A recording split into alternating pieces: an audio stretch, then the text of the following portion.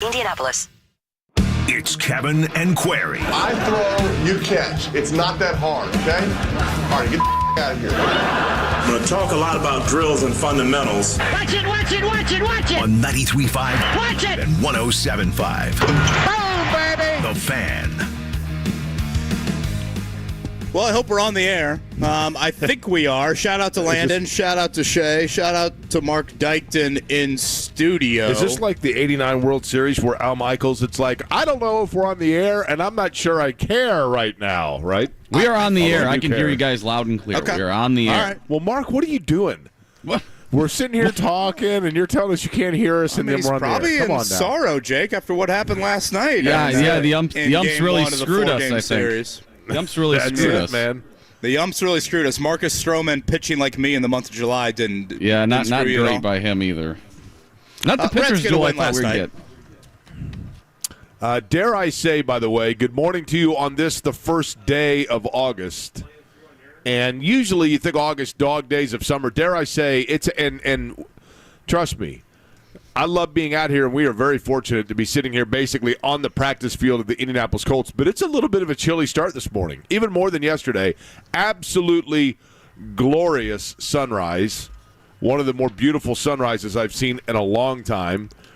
But we need a little warmth because it's a little chilly out here. It is a little crisp, to say the least, but much better than what we had last week. And dare I say this, Jake, and feel free to call me the kiss of death, the jinx.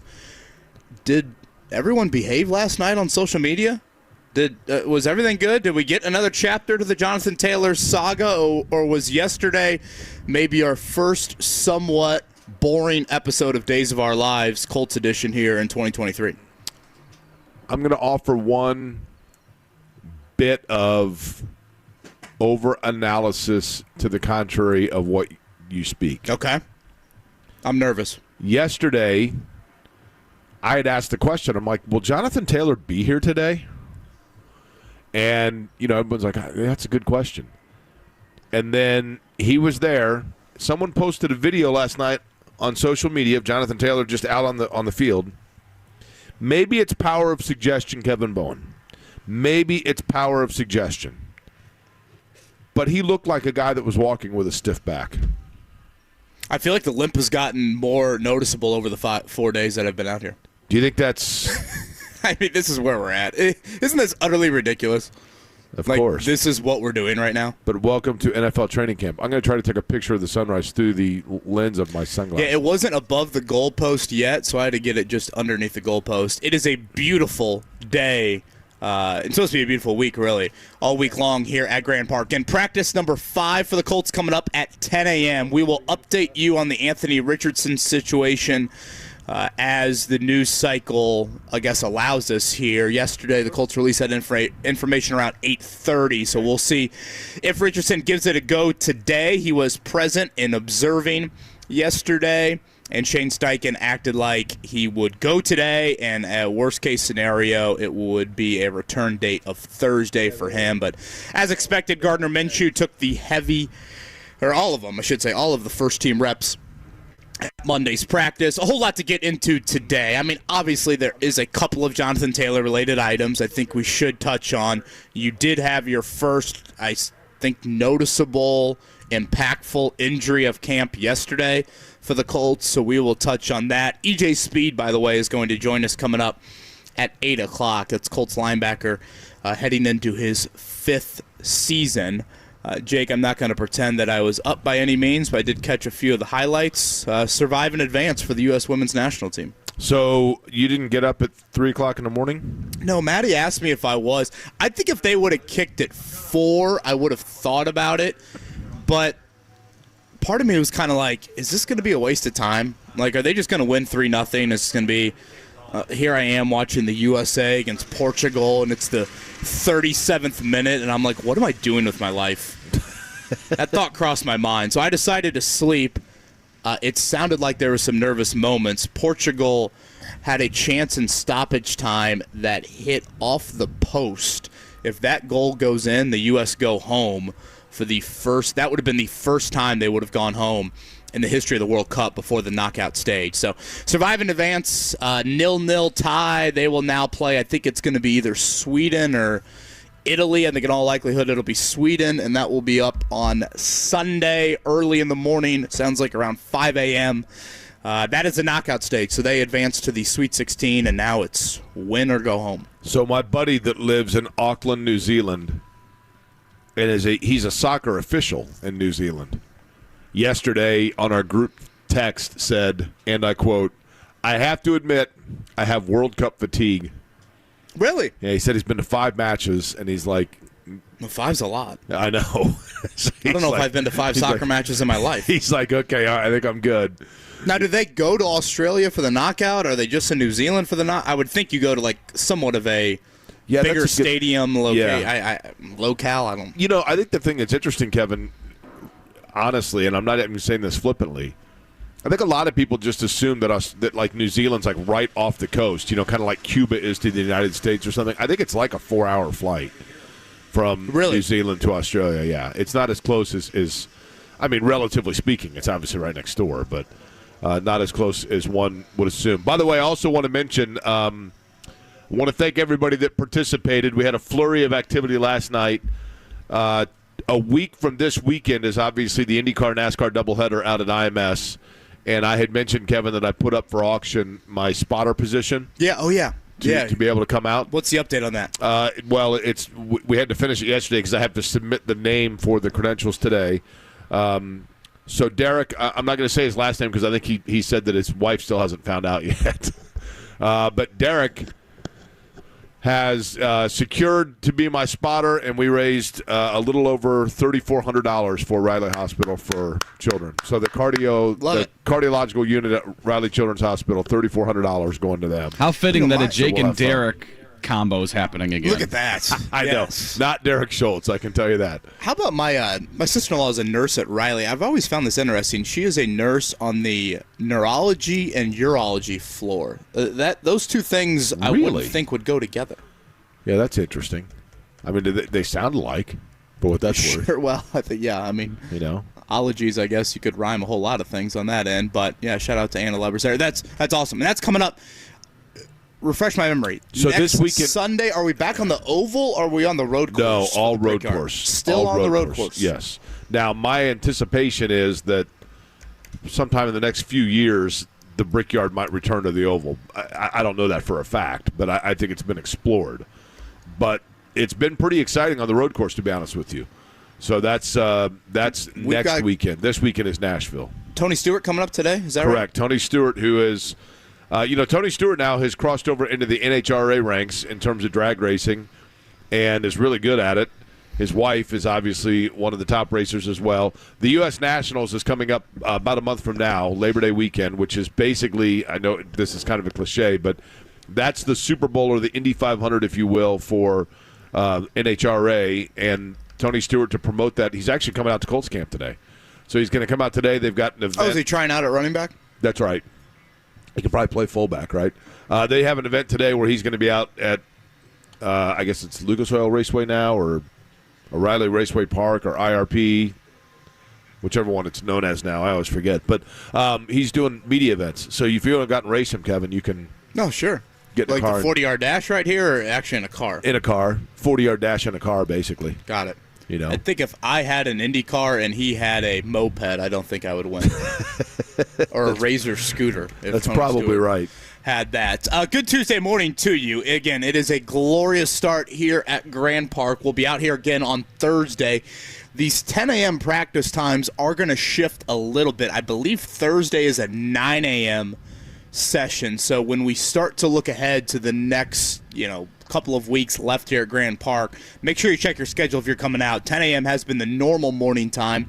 I think for the most part, those will now move to 9 a.m. here coming up in the next few weeks. Again, E.J. Speed going to join us at 8. As Jake said, Tony Stewart coming up at 8:45. We will have Joel A. Erickson from the Star at 9:30 as we get set for practice number 5. Jake, I think the biggest news item yesterday, non-Richardson division, non-throwing Jonathan Taylor questions at Shane Steichen and hoping and praying he offers something more than a no comment. I would say one of the later plays yesterday in practice, Zach Moss, who had an extremely active day, as he really has throughout camp, considering he is the first-team running back right now. He gets caught up in a pile. Next thing you know, he's chucking his helmet, he's grabbing the right arm, and about a half hour to an hour after practice, it was reported a broken right arm for Zach Moss, and his return date is going to be about 6 weeks. So if you look at the calendar, 6 weeks from yesterday would be the Monday after the season opener. Should we look at a Deion Jackson, Evan Hall, week 1 starter at running back for the Colts? I would say that's probably fair, right? I mean, Have we ruled out Taylor? No. I want to read you something along the lines of Taylor. We'll do it coming up in a little bit, but I got a really insightful, I thought, text message about the Irsay Taylor situation. I don't rule out Taylor. I think I'm going to sound like an idiot. Mark is probably already cutting that into a promo, me saying that. But I'm going to sound like an idiot here. I think the bigger obstacle of Jonathan Taylor getting on the football field is not the contractual situation, but his health.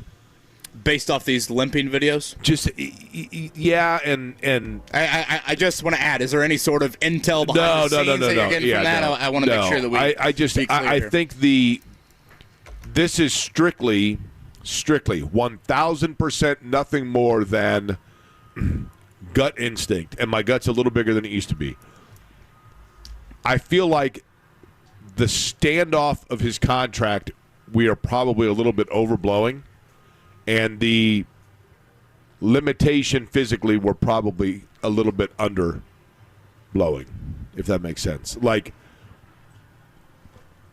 yeah, the video yesterday, you can't tell anything from that, I realize, but the part of him coming in and saying that he had lower back issues and to the point of them doing MRIs on his back, which he says is not true. I know, but that's extremely reliably. This was not from. It's been insinuated to me who the source is there for Chapel and Holder. Right?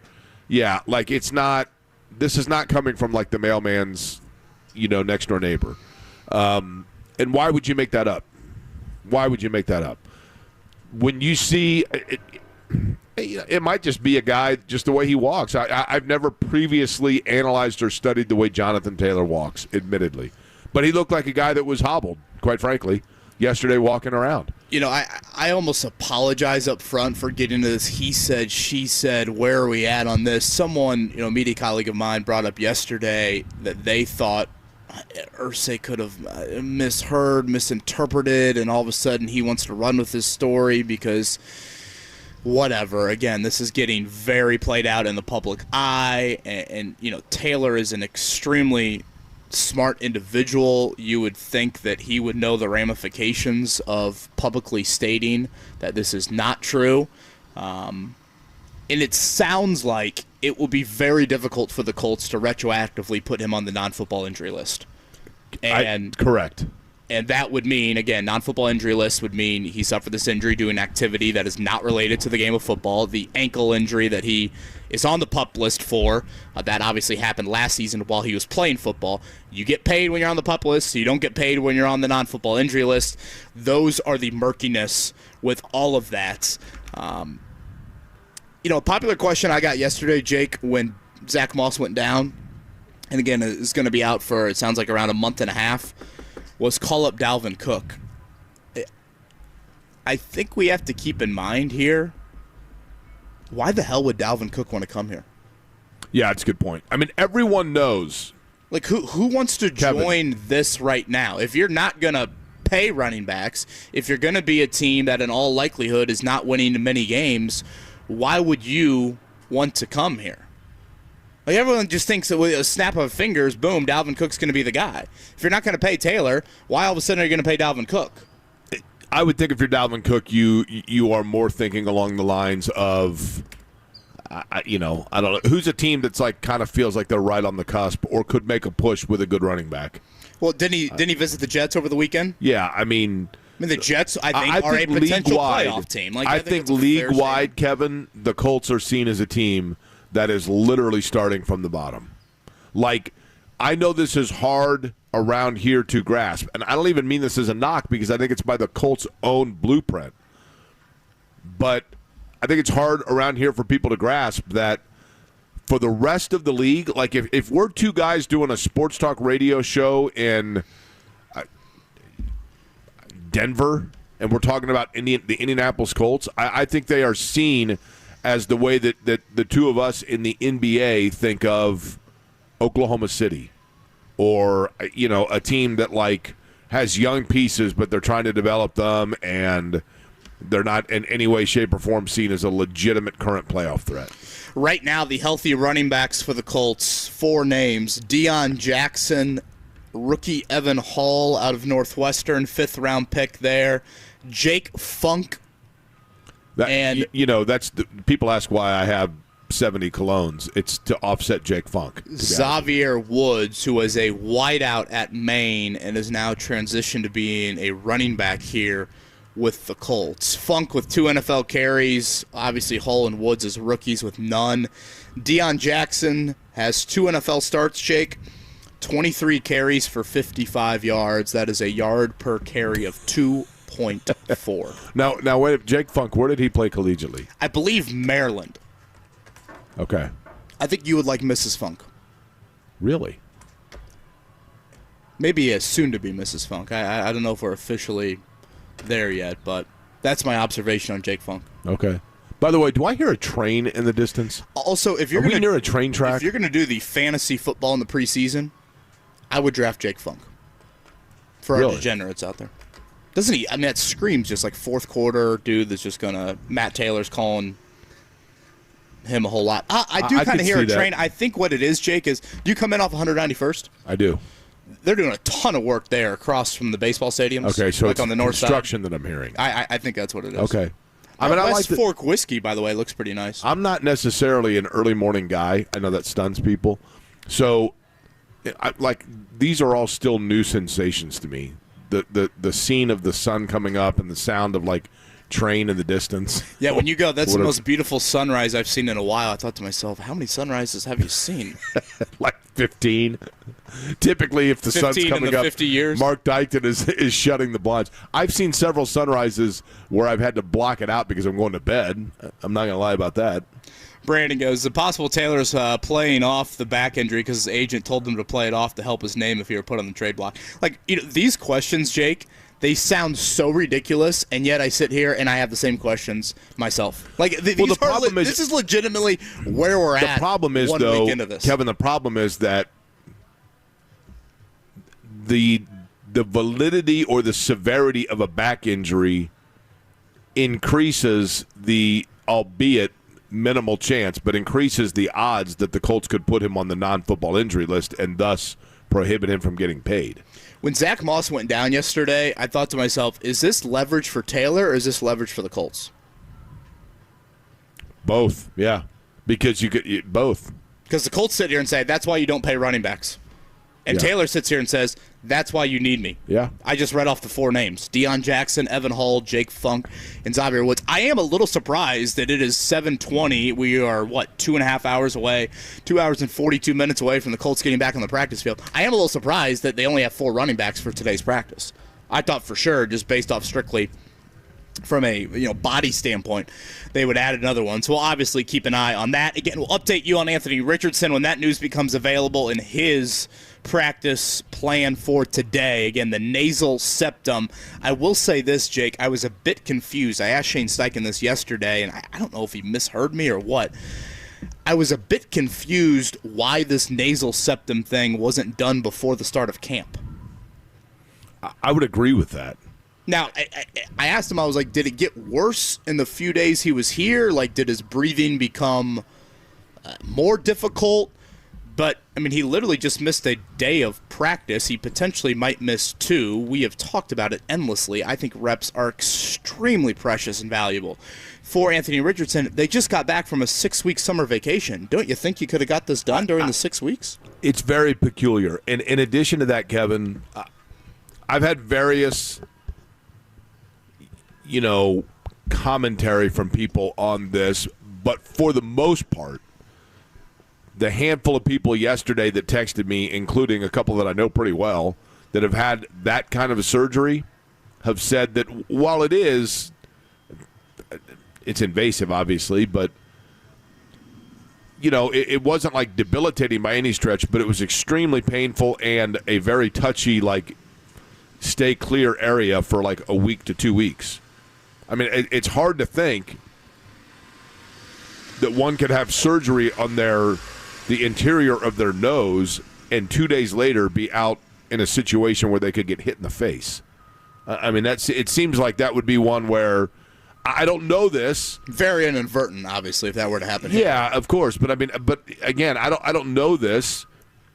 But I do know, quite frankly, in high school, I knew a handful of people that had elective surgery on their nose, and I mean, they were laid up for a week with a huge bandage over their face. Yeah, I went back and looked it's a pretty nerve-intensive area. I went back and looked at the picture of Richardson I took on opening day of camp, so that would have been, I guess, last Wednesday, the first practice. He had a very small little bandage on the right side of his nose. I don't know if that had anything to do with it. Obviously, at that point, he hadn't had the surgery. But as we sit here now through 4 practices with Gardner Minshew's heavy workload yesterday with the starters, he's got double the starting reps. 42 for Minshew, 21 for Richardson. And here's what's funny, Kevin. The reality is this. In 2023, you're probably a more competitive football team with Gardner Minshew as your quarterback. But it does you no good for 2024, 2025, and 2026. Oh, yeah, I don't think that's a debate at all. You know what I mean? Yeah. No, I mean, 7 wins or 4 wins, who cares? Exactly. Yeah. I totally agree. For Richardson, it's you aren't breaking bad habits with him necessarily. I don't think he played enough to develop a ton of bad habits. Yeah, you're trying to create good habits. At Florida. You're trying to create that, but Jake, you just want him to see things. You want him to see what an NFL defense looks like. You want him to see what the Bears are going to do here in a couple of weeks. You're just strictly trying to get him pure experience. That is exactly what you are. Literally taking him to the local school parking lot, and he is 14 or 15 years old, and you're saying drive around a little bit. You are trying to just get his feet wet, experience it all, see it all. That is what you are trying to do, and I think that's the bummer about him, even missing 1 day, is that yesterday there went, potentially a dozen reps where you just start stacking those together, and eventually you got a guy that's been pretty exposed to what life is like here in the NFL. By the way, Shannon has jury duty today. Really? Yeah. You think she'll get picked? I don't know if I should admit this. I've somehow kind of snuck my way out of that. I've never been. I've gotten the card 3 times. Yeah. And then you got a call or whatever. I've never been selected to actually go down. She actually got the thing saying, your group has been selected. You must report. Now, isn't the percentage very high, you get sent home by noon? I would think. I told her, I go, well, if you're getting somehow sequestered, just let me know. I'm shocked you didn't try to change your last name for the day and go down instead of her. I would love. I'm telling you, I don't even know. This probably weeds me out automatically. I would love to do jury duty. I think it'd be fascinating. I think I'm in the same boat. I would like to do that too. I've never gotten selected or anything.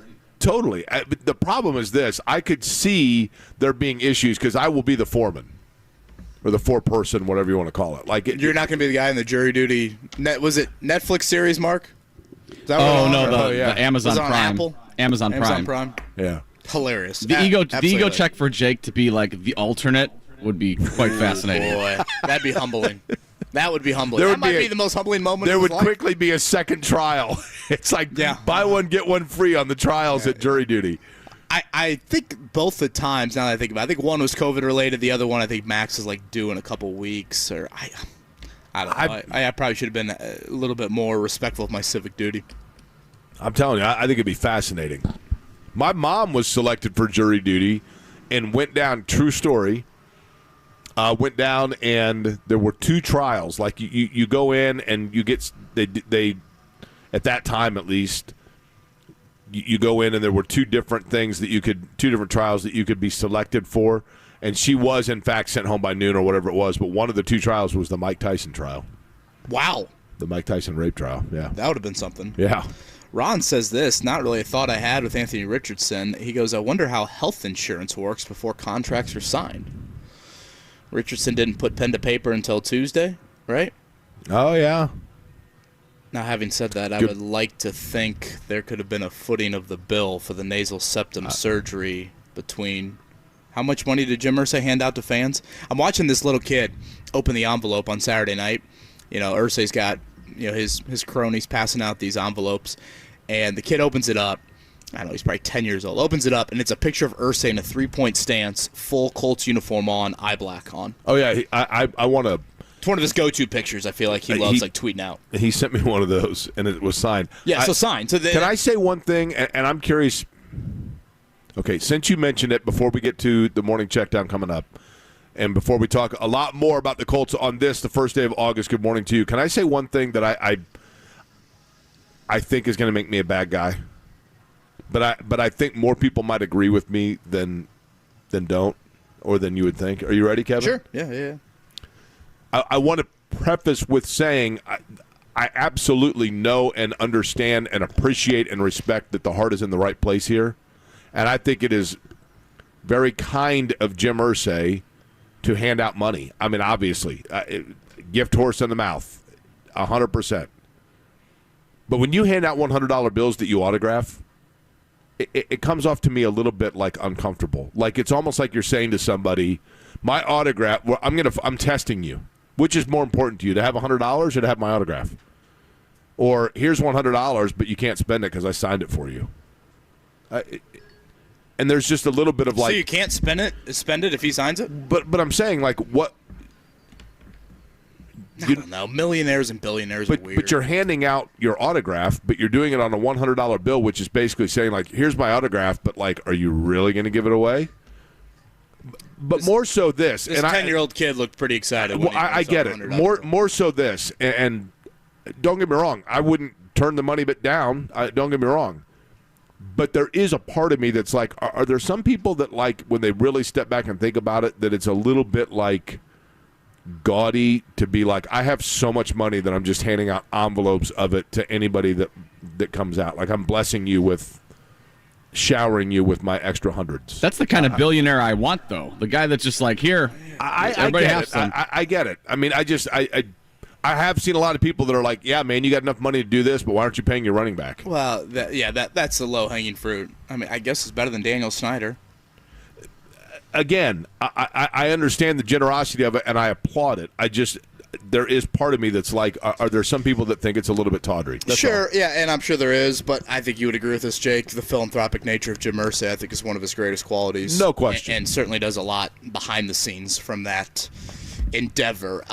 Colts cornerback that has stood out here early in camp. It's not the name I think many of us expected or would have thought here. Shaq Leonard also had a little bit of a change in his workload. We'll chat about that from yesterday's practice recap. Again, E.J. Speed join us right here at Grand Park coming up at 8 o'clock. Tony Stewart, 8:45. Joel A. Erickson at 9:30. You're listening to Kevin and Corey. It is a beautiful Tuesday here in Westfield. 93.5, 107.5, The Fan.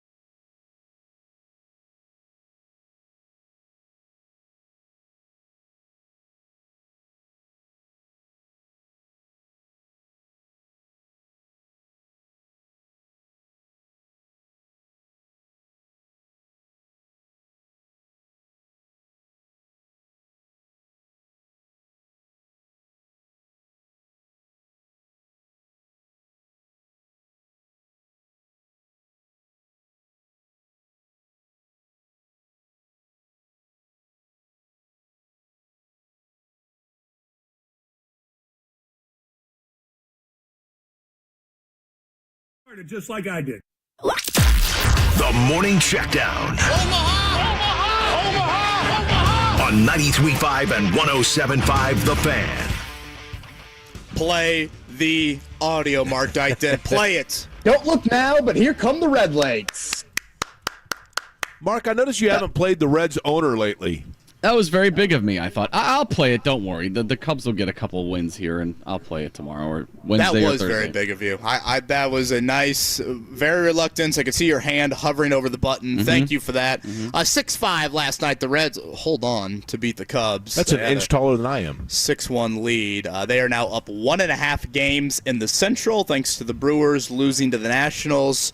Mark, what a month for Marcus Stroman, and I don't say that in a positive light. Yeah, he was a Cy Young candidate, and then the All-Star break happened, and he has struggled mightily. The last few games, I think, is the third straight game he's given up at least 5 earned runs. So, yeah, not the ideal start, especially with the trade deadline today at 6 p.m. So a little we'll activity for the Cubs. Activity for the Cubs yesterday. The Reds with a reliever. The Reds got a reliever from the Oakland Athletics. Should we be happy about that? Well, I think they said we have Kevin Bowen here, who's not only a Reds fan but also an A's fan. We should probably, give him How many something to root save about. opportunities does an Oakland Athletics pitcher get out of the bullpen? Yeah, I was going to say. Yeah, I try to keep us down 4. Save face opportunities is what they get, right? Quiet Monday in Major League Baseball, though, the final day of July. You have the Guardians lose to the Astros 7-3. Again, Reds and Cubs, it is a 4-game series here from Wrigley. Trade deadline is at 6 p.m. Eastern. Is that it? I Yes, think it is. correct. Tonight. So that will obviously be the thing to watch for today in Major League Baseball. I love you, Mark By the Dykton. way, 4-2 winners over the Toronto Blue Jays. Cute fellow yesterday. Keep on playing the audio, Mark. I agree with that. U.S. women's national team, the definition of survive and advance. 3 a.m. was their final match of the group stage earlier today, and what they had was almost going home. Portugal with a shot off the, what do you call it, the woodwork? Is that what the soccer aficionados say? Sure. Off the frame in the 91st minute in stoppage time. That goes in. The U.S. doesn't score, then they would have gone home. But it did not 0-0 tie with Portugal. That means the United States does advance. In all likelihood, they will now take on Sweden in the Sweet 16. It's win or go home from here. And Sweden. 5 a.m. on Sunday. Swedish fish or Swedish chef? Which one do you think of more frequently when it comes to Sweden? I hate Swedish fish, so Swedish overrated. chef. By the way, this guy is mowing the field. I talked to him yesterday about this. When we have him on for an interview. They just mowed yesterday. What's he doing today? What's They this guy? mow and then they blow anything that is left on the field and get the dew off the field to try. They have and a they have a jet dryer. I'm telling you. Yeah. So the mow is first and the jet dryer second. They have they have a T-shirt that says "Mow and Blow" on it or something. Is that what you're saying? That'd be a pretty cool T-shirt, actually. There you go. Landon thought that was the funniest thing he's ever heard here. Yeah. Mark, your seventh grade humor will serve well when you're out here. I'll with do me. open mic at Colts camp next week. Next week. Jake, it's like a golf course. You got to mow it every day. Really? One twisted ankle. Okay. By the way, next week, Mark Dykton will be out here because a week from tomorrow, I'm going to be at Wrigley Field. Oh, so you're doing the concert? I'm going to Bruce Springsteen at Wrigley Field. Nice. Yep. So. That's awesome. Yeah, I appreciate them letting me take the day to do it. I just always wanted to see him. I'm not a huge Springsteen fan, truth be told. But don't say that in front of Mike Chappell or some of these media. Well, I have a great appreciation for, he supposedly puts on a great show, and he has obviously an impressive catalog of music. And I think as I've just gotten older, I've realized that you got to take advantage of seeing some things while you still have the chance. And I was like, I really like to see Springsteen. And he goes to Columbus, Ohio, and then which is a makeup date, but he's going to be in Wrigley a week from tomorrow, and tickets were actually pretty affordable. I was surprised, and so I'm like, all right, I just want to do it. So Michael Weir, who's the lead singer of The Elect, which is the greatest local band, we're heading up together. Yeah, I'd ask if Shannon is joining you, but she'll be stuck in jury duty for the next 3 months. She's still going to be sequestered. Literally. All right, on the other side, we'll get more Jonathan Taylor related. Some comments yesterday about potentially how Taylor is treating people off the field. We'll explain more on the other side. E.J. Speed, by the way, Colts linebacker, joins us in 20.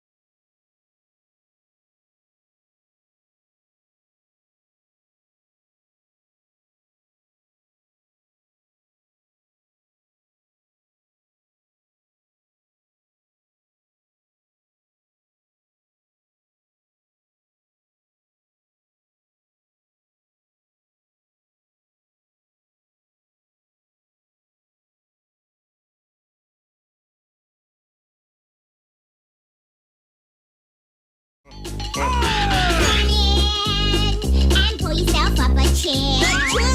Let the fun begin. It's time to let down your hair. You're listening to Kevin and Query on 93.5 and 107.5. The Fan. Little Pee Wee Herman action here. Yep. Sad Paul news Rubens yesterday. I was 70 stunned. years old. Did I see that correctly? To be fair, 70 years old is what stunned me. I couldn't believe that he was that old. Listen, a brilliant actor, and Pee-wee's Big Adventure, when that movie came out, I thought was nonstop fun. I just thought, I watched that movie so many times when it came out. There were so many good scenes in it. I thought the Alamo sent a great tweet saying there's not a day that's passed that people haven't asked about the basement ever since that movie came out. There are definitely, or were definitely, skeletons in the closet of Paul Rubens for sure, that in the totality of talking about his legacy, are fair to address. But in terms of his acting ability, I think he was underrated as an actor because people focus so much strictly on the comedic version of the portrayal of Pee Wee Herman.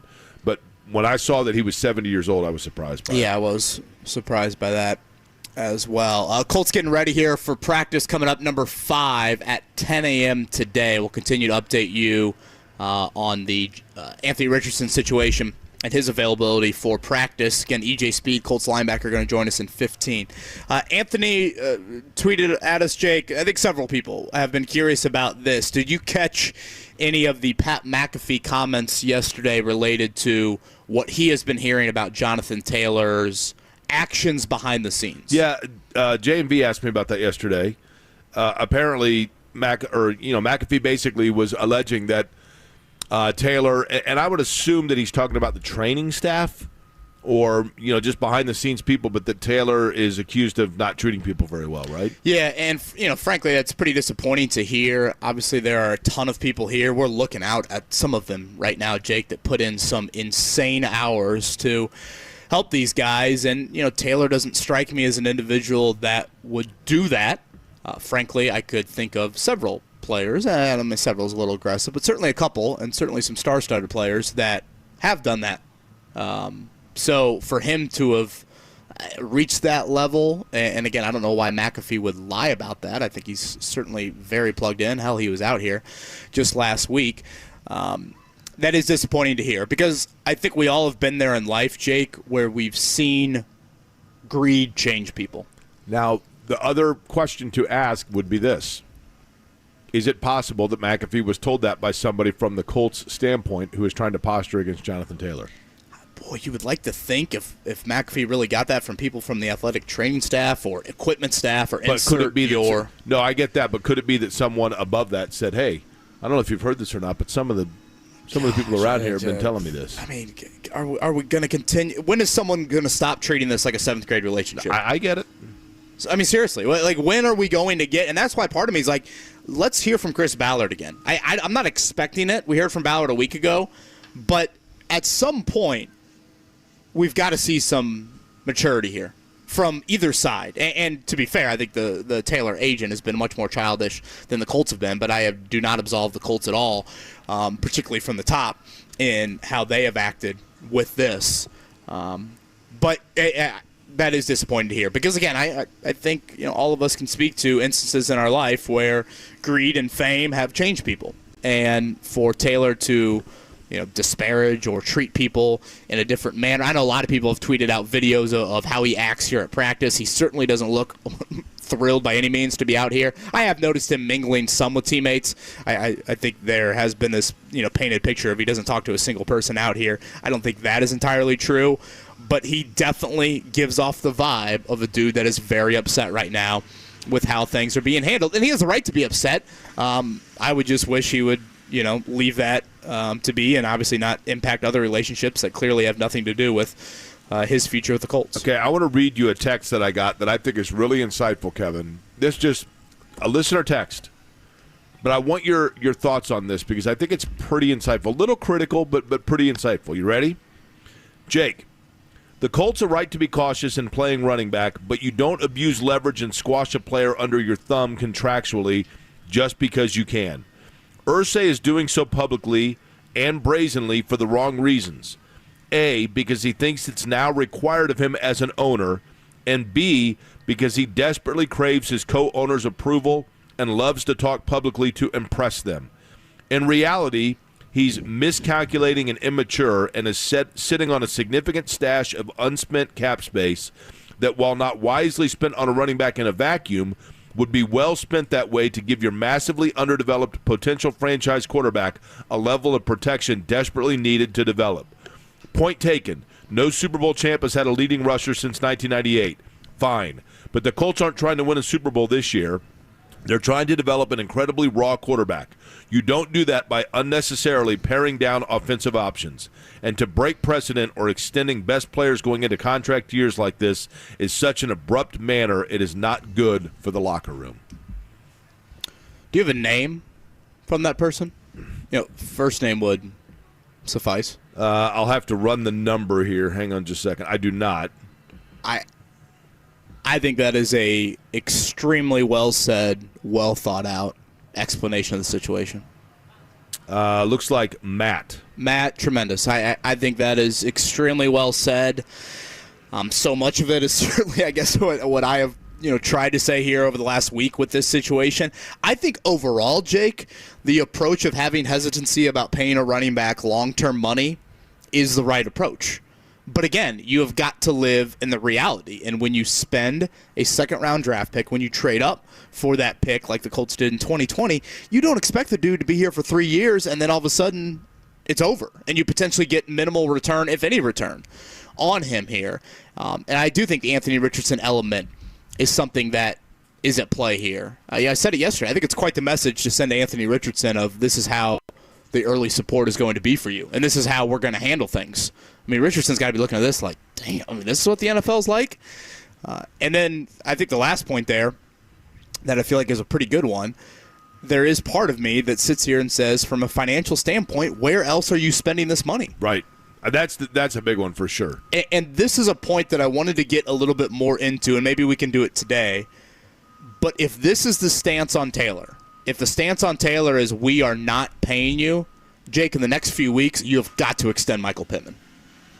Because the last thing you want to have happen is for this season to play out, Michael Pittman in some way, shape, or form either has a great season and feels like he can cash in on the open market, or he feels like, whatever, things aren't great here and he wants to, go elsewhere. You do not want to get to this time next year, Jake, and we're talking about a skill group that is Deion Jackson, Alec Pierce, and Mo Alley Cox. Because that support is absolutely nothing. Right. Nothing where even close to what you would want for your young quarterback. And that's why when I hear situations about, the Colts let Marshall Faulk walk, they let Edgerrin James walk. Well, they also had Hall of Famers on that team around their quarterback. That's they don't have Hall of Famers, in particular at the skill positions, around Kevin, Anthony I go Richardson. back to, you would think that Jim Irsay, and I'm not saying he doesn't, right? But I'm under the assumption that Jim Irsay is aware of this. And I know that I'm beating a dead horse here to the point where it's now not only Elmer's glue, it's holding a table together somewhere. I get it. But the reality is this. Jim Irsay, in his time of being as an adult, and I don't mean like as a kid folding towels, I mean as an adult, Jim Irsay has seen the franchise quarterbacks that Jim Irsay has seen for his franchise. Burt Jones, who became an NFL MVP, and then John Elway, who they obviously had to trade, Jeff George, Peyton Manning, Andrew Luck, okay? In most of those cases, I can't speak to what Burt Jones had around him. I think Joe Washington might have been with Baltimore at the time. I don't recall what he had in the early years. But Jeff George, Peyton Manning, Andrew Luck. Jim Irsay is well aware of the fact that one of the great regrets would be that they traded to get to Jeff George, they traded Chris Hinton and Andre Rison. And so I think that Jim Irsay learned from that, and therefore when they drafted Peyton Manning, what did they do? They drafted along with him E.G. Green and Jerome Pathon. Pathon was a nice player. Green never really panned out. He was hurt. But they were trying to get him weapons. They already had Marvin Harrison, who got hurt in Manning's first year there. They already had Marshall Faulk. They had Tarek Glenn, so they had the pieces there, and Irsay was able to see. Now, Manning probably would have been great if UNI and the Eastwood Eagles were his offensive line. I get that. He was going to be a great player. But they still managed to develop around him so that he walked into a good situation. And the same thing for Andrew Luck. When Andrew Luck came here, they already had Reggie Wayne. You know, they had pieces there that they knew they needed to have. And so he has to know, Kevin, one would think, that coming into it, it is important for Anthony Richardson to have pieces. And quite frankly, right now, I don't know that they do. Well, they don't. They don't have margin. How about that? They don't have margin for error with pieces. They don't. And, Jake, we can't even compare Richardson to Manning and Luck. They were in a different stratosphere exiting college. I'm just from saying, an experience, guys that you're handing from a keys hype to. standpoint. You've got to go above and beyond. And that, I think, is a concern that you have here. It's the point that you brought up, Jake, yesterday. Every single decision the Colts make this season, no matter what happens, on or off the field, it all comes back to how does this help or hurt Anthony Richardson? Yeah. And in this Taylor light, and again, they obviously had issues with Taylor before any supposed back injury developed. Taylor was frustrated back in June about where they were at contractually with him. The lack of support, I would say, is the most concerning thing when you talk about 2023 and potentially beyond with this news. E.J. Speed, Colts linebacker, on the other side. We'll also play a Shane Steichen clip in relation to Jonathan Taylor from yesterday. I thought it was short, but certainly some interesting comments in there from Steichen. So E.J. Speed on the other side here. Live from Colts training camp, Kevin and Corey.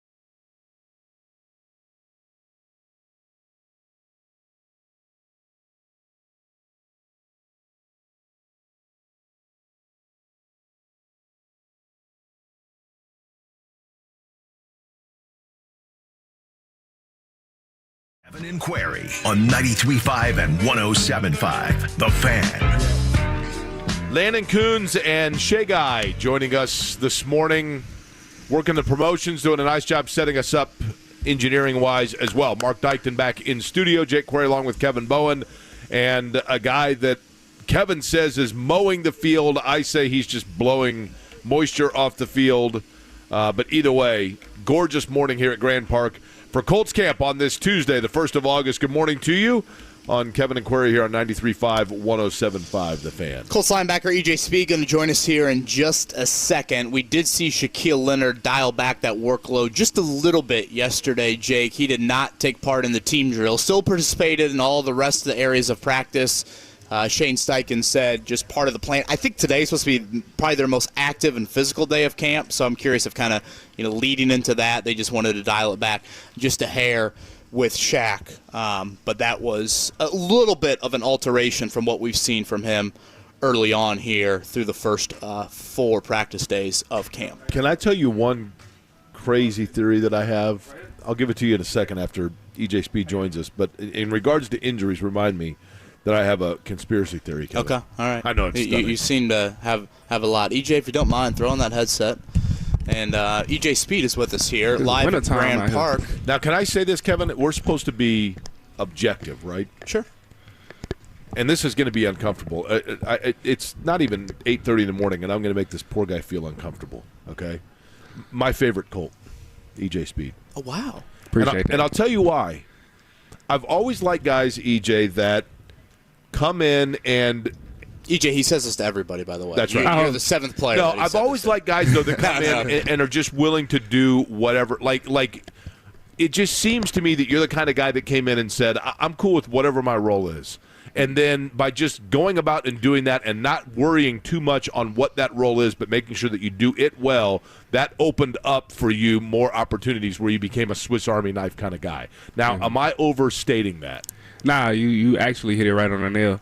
I think my role was more precise than you think, just because how deep our linebacking core was when I came in with like Eberflus and Bubba. It was kind of like, all right, look here, do this special teams thing, you know what I mean? Work your way into the defense, and then everything will be great. So I just dedicated my time and efforts into it, and I flourished in that role.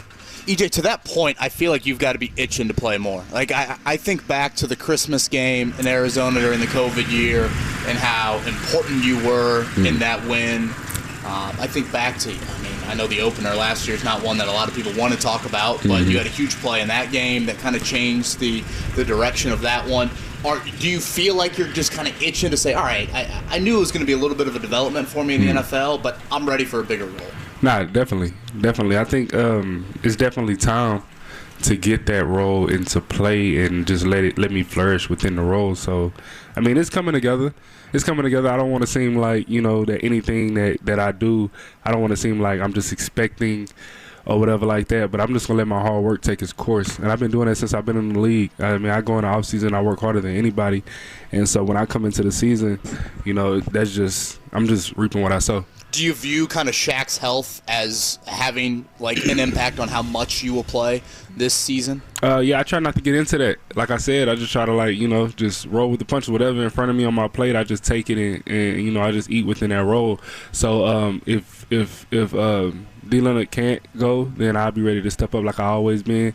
If he can go, I'll rally behind him. And I know, he's a hell of a player, so he'll do his thing. And then I got roles within myself also when Shaq is on the field, so that's just what it is. Are you surprised by the amount of work he's done out here through? No, I'm not surprised actually. Okay. Me and we real transparent. We talk every day, so I already knew how much he was coming along within the off season and all that type of stuff. I watched him at OTAs, so we check up. We brothers, so we talk all the time. So I wasn't surprised when he came out and he was ready to go and he made some plays this camp. Is it kind of hard though, because the reality is this. The reality is that if he, and let's just say he is going to, he's going to be held. He goes. You guys as a defense are obviously, strengthened, but he doesn't go. It's better personally for you probably because even more opportunity, and yet you've got to know kind of which way you're going here in terms of how many reps you're going to get. Has that been difficult to wade through? Not difficult. Like, I mean, it just. I mean, how many years have I been backing up D-Leonard? Probably like 4 or 5. Right. So, I mean, at this point, it's the career. Like, I accept my role in my career, not into a fact of like I'm complacent within it, but if that's the role, then that's the role, and we got to go out there and win regardless. And fortunately, I've had chances where I can step up and show guys that like, okay, he is a guy that we can count on when it's needed. So, yeah, I mean, I'm more accepting and just more grateful than anything within being able to be in a role and be important to an organization. Is it crazy to you at all? And by the way, E.J. Speed joined us here live at Grand Park. Practice number 5 for the Colts coming up at 10. I think I have this right. You're the only guy left from your draft class still here. Nah, Doolin. Well, I guess he was undrafted. Undrafted guy, yeah, he was undrafted. Of my draft class group. for sure. Yeah. I am the only one. Me and Doolin actually talk about that all the time. Is that something do you find it like, damn, this is life in the NFL, or is it more of like, I'm proud of that? Of the 8 or 9 guys, like I clearly did something because the staff changed. I mean, Gus has come in here and clearly he's very high on you. He speaks very highly of you in front of us, and they re-signed you last year. Yep. How do you kind of view that of, a guy that is a day 3 draft pick? Usually those aren't the ones that stay here longer than anybody else in their draft class. I mean, I'm definitely honorable about it. Like, I always wanted, I stayed at Tarleton State all of my years at Tarleton State. I always wanted to retire with a squad that drafted me. It always been a dream of mine. I always thought it was cool, like, to see, like, players who were, like, legendary to a team. Like T.Y. Hilton, like, growing up playing, like, if you go pick the Colts on Madden, you playing with T.Y. Hilton. Robert like, Mathis, Reggie Wayne. Yeah, it's kind of like that. So it's like, so that was always a prideful thing of mine, like, to retire with a team that drafted me. I think is big. So with me to have a second contract and a chance to have a third with the Colts, if I do everything right and all the chips and stuff will fall in the right place, I'm definitely honorable on that. You know what I mean? So I'm proud of it for sure. There has been one defensive player that I think we would label as under the radar, maybe you wouldn't, that I feel like has really stood out through the first 4 days of camp. To me, I guess, I'll speak for myself. Who do you think I'm talking about? Defensive player that stood out. Everybody been making plays. A little bit under the radar. Tell me why I've been doing this thing too. I was going to go with Daryl Baker Jr. at corner. Oh, DJ. Yeah, actually, DJ been doing this for a long time. Like, he's a star. I mean, he's a starter in your nickel package. He got long arms. He's hella athletic. Yeah. And shit. Like, DJ, he been doing that for a long time. Even when he was on practice squad last year, he was making plays in practice and stuff like that. So that's why it really didn't hit me. I thought you was going to go rookie route. But I've been seeing DJ do that for a long time. DJ, he legit with it for sure. Do you guys get caught up in everything that takes place away from the field? The Jonathan Taylor situation, for example, and all the conversation of that. Is it a distraction? Nah, it's uncontrollable. Like, I mean, y'all hear more news about it than we do, actually, because I mean, both sides aren't really too transparent. We just look on Twitter and be like, oh, this happened today. You know what I mean? So we definitely, I mean, me personally, JT is one of my favorite teammates. He's been since he came in. He's done everything right. I love JT. And hopefully both sides can come to an agreement. Does he, and I realize other side of the ball, so it's not like you're in meetings with him. Yeah. But have you seen it impact him emotionally? Not really. I haven't talked to him about it. I mean, when he's around the building, he's doing everything that he needs to do around the building, within whether it's rehab or lifting or whatever like that. So, you know, I haven't talked to him. I mean, I need to have that conversation with him just as a teammate that has been here for a while. I need to have that conversation with him, but I haven't yet, so I can't really be transparent on how he's feeling. For you personally, would the career of E.J. Speed to this point have gone and had the same success if you had come out of Texas or Alabama or USC, or is coming out of Tarleton State, a smaller school, being a little bit off the radar, did that instill in you a little bit of a chip that you can still carry today? Definitely. Tarleton State, I had a strength conditioning coach named Coach Cole, and he was very humbling. Older man, had been there for a long time. He's a legendary guy at Tarleton, and, you know, he just always preached like day by day, just do the things that you need to do to be who you are. You never really just chase like what other people got going on or anything like that. So Tarleton really cultured me into the man I am today when it comes to football and how I approach the game, just in the fact of, like, keep your head down and keep grinding, because, you know, Tarleton isn't like a widely recognized school. You know, like, you playing football, you playing well, you don't even know if the league is looking. When you got drafted, I'm not going to lie, most people's reaction was, now, where's that exactly? Where is that exactly? You know, so, like, you know, you just head down grinding the whole time. You don't know if the NFL is even watching. You have 16 tackles and don't even know if anybody's seen it. So that kind of shaped my mentality towards the game. Just focus on now. Focus on what's in front of you, and just let everything else play its part. EJ, could you explain your draft story for our audience out there? Because how the Colts tell it is, like, they really didn't know much, if anything, about you until your pro day. Yeah. You know, this is not – you aren't a combine guy. You know, this is not something where, you know, to your point, you know, a lot of people are watching you in college. So walk me through maybe like January to April of that draft cycle, what you thought was going to happen, and then obviously what happened at your pro day. I talked to a few teams within the draft cycle or whatever like that when it became available for the teams to talk to us. I talked to a few teams, and then I actually worked out in front of the coach. I guess they came to a pro day or whatever like that, and I barely talked to the coach until my 30-man visit.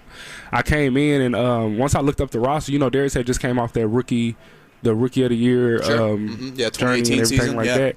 And I just looked, and I was like, bruh, all my measurables is just like, there's my agent actually pointed out, he was like, all your measurables is just like their all-pro player that they just had. So it could be a chance that, you know, the Colts take a bid on you and just see. And then once I had a conversation with the organization, I felt like we both seen eye to eye, and we just met on what it was. And then Ballard told me, all right, when you come in, you know, you got to prove it. You got to prove. And now he sent me the and I actually send it back to him at the start of every camp. He sent me my D+ grade or whatever like that I had as a draft pick. It was like a D+ grade. They said that I was weak or whatever like that. So yeah, it was definitely a process, and it put a chip on my shoulder through that whole process, and kind of still does, because that none of that was true about who I really was as a player. Pretty impressive story. Now going into year 5, again, re-signed with the Colts here this offseason, and outside of the undrafted Ashton Doolin, he's the last man from that 2019 draft class. EJ, stay healthy this season. Appreciate the time here on this Tuesday morning, and enjoy practice number 5. All right, thank you. That's EJ Speed right there, live here at Grand Park as they are mowing the fields here and getting ready for practice number 5. By the way, EJ Speed has perfect teeth. I wanted to ask how often he brushes and flosses his teeth. Did you notice how perfect his teeth are? I did notice that. I also have thought this, and I would say to EJ Speed, now that he's walking away, it might sound a little awkward. I think he's one of the better-looking athletes out here on the field. Like, I look out there and watch him practice, and I think that dude could play 5 different sports. Yeah, you know who was like that for me? Does that make sense, by the way? It does, and I'll tell you. Like, I think DeForest Buckner is like that as well. In terms of what you mean, I think, by that, I remember, Kevin, covering the Colts and Cowboys. As a matter of fact, it was in the was it the year after the Super Bowl? The Colts were unbeaten, and their first loss of the year was in Dallas. They were like 10-0 or 11-0. And I remember Terrell Owens came out for warm-ups, and I remember just thinking to myself, like, that is just an incredibly gifted physical athlete. Just his athleticism in general and his physical stature. Well, I mean, there was no way to see it other than to be completely respectful of his physical conditioning.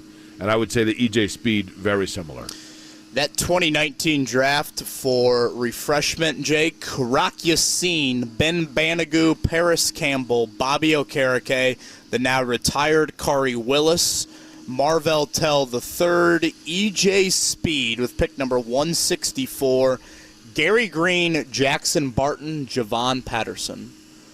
Wow. The only one left out of that group would be pick number 1, 2, 3, 4, 5, 6, the 7th selection out of that draft. Okay, now, let me ask you this, because I can't recall, and you would know off the top of your head. Rock Yassin was moved for who? Rock Yassin was sent for Yannick Ngakoue, right? So even Ngakwe's not even here. So you don't have it, so you don't have a piece there, yeah. Is Banagoo, did I see Dallas maybe for him? Did he join somewhere in the summer?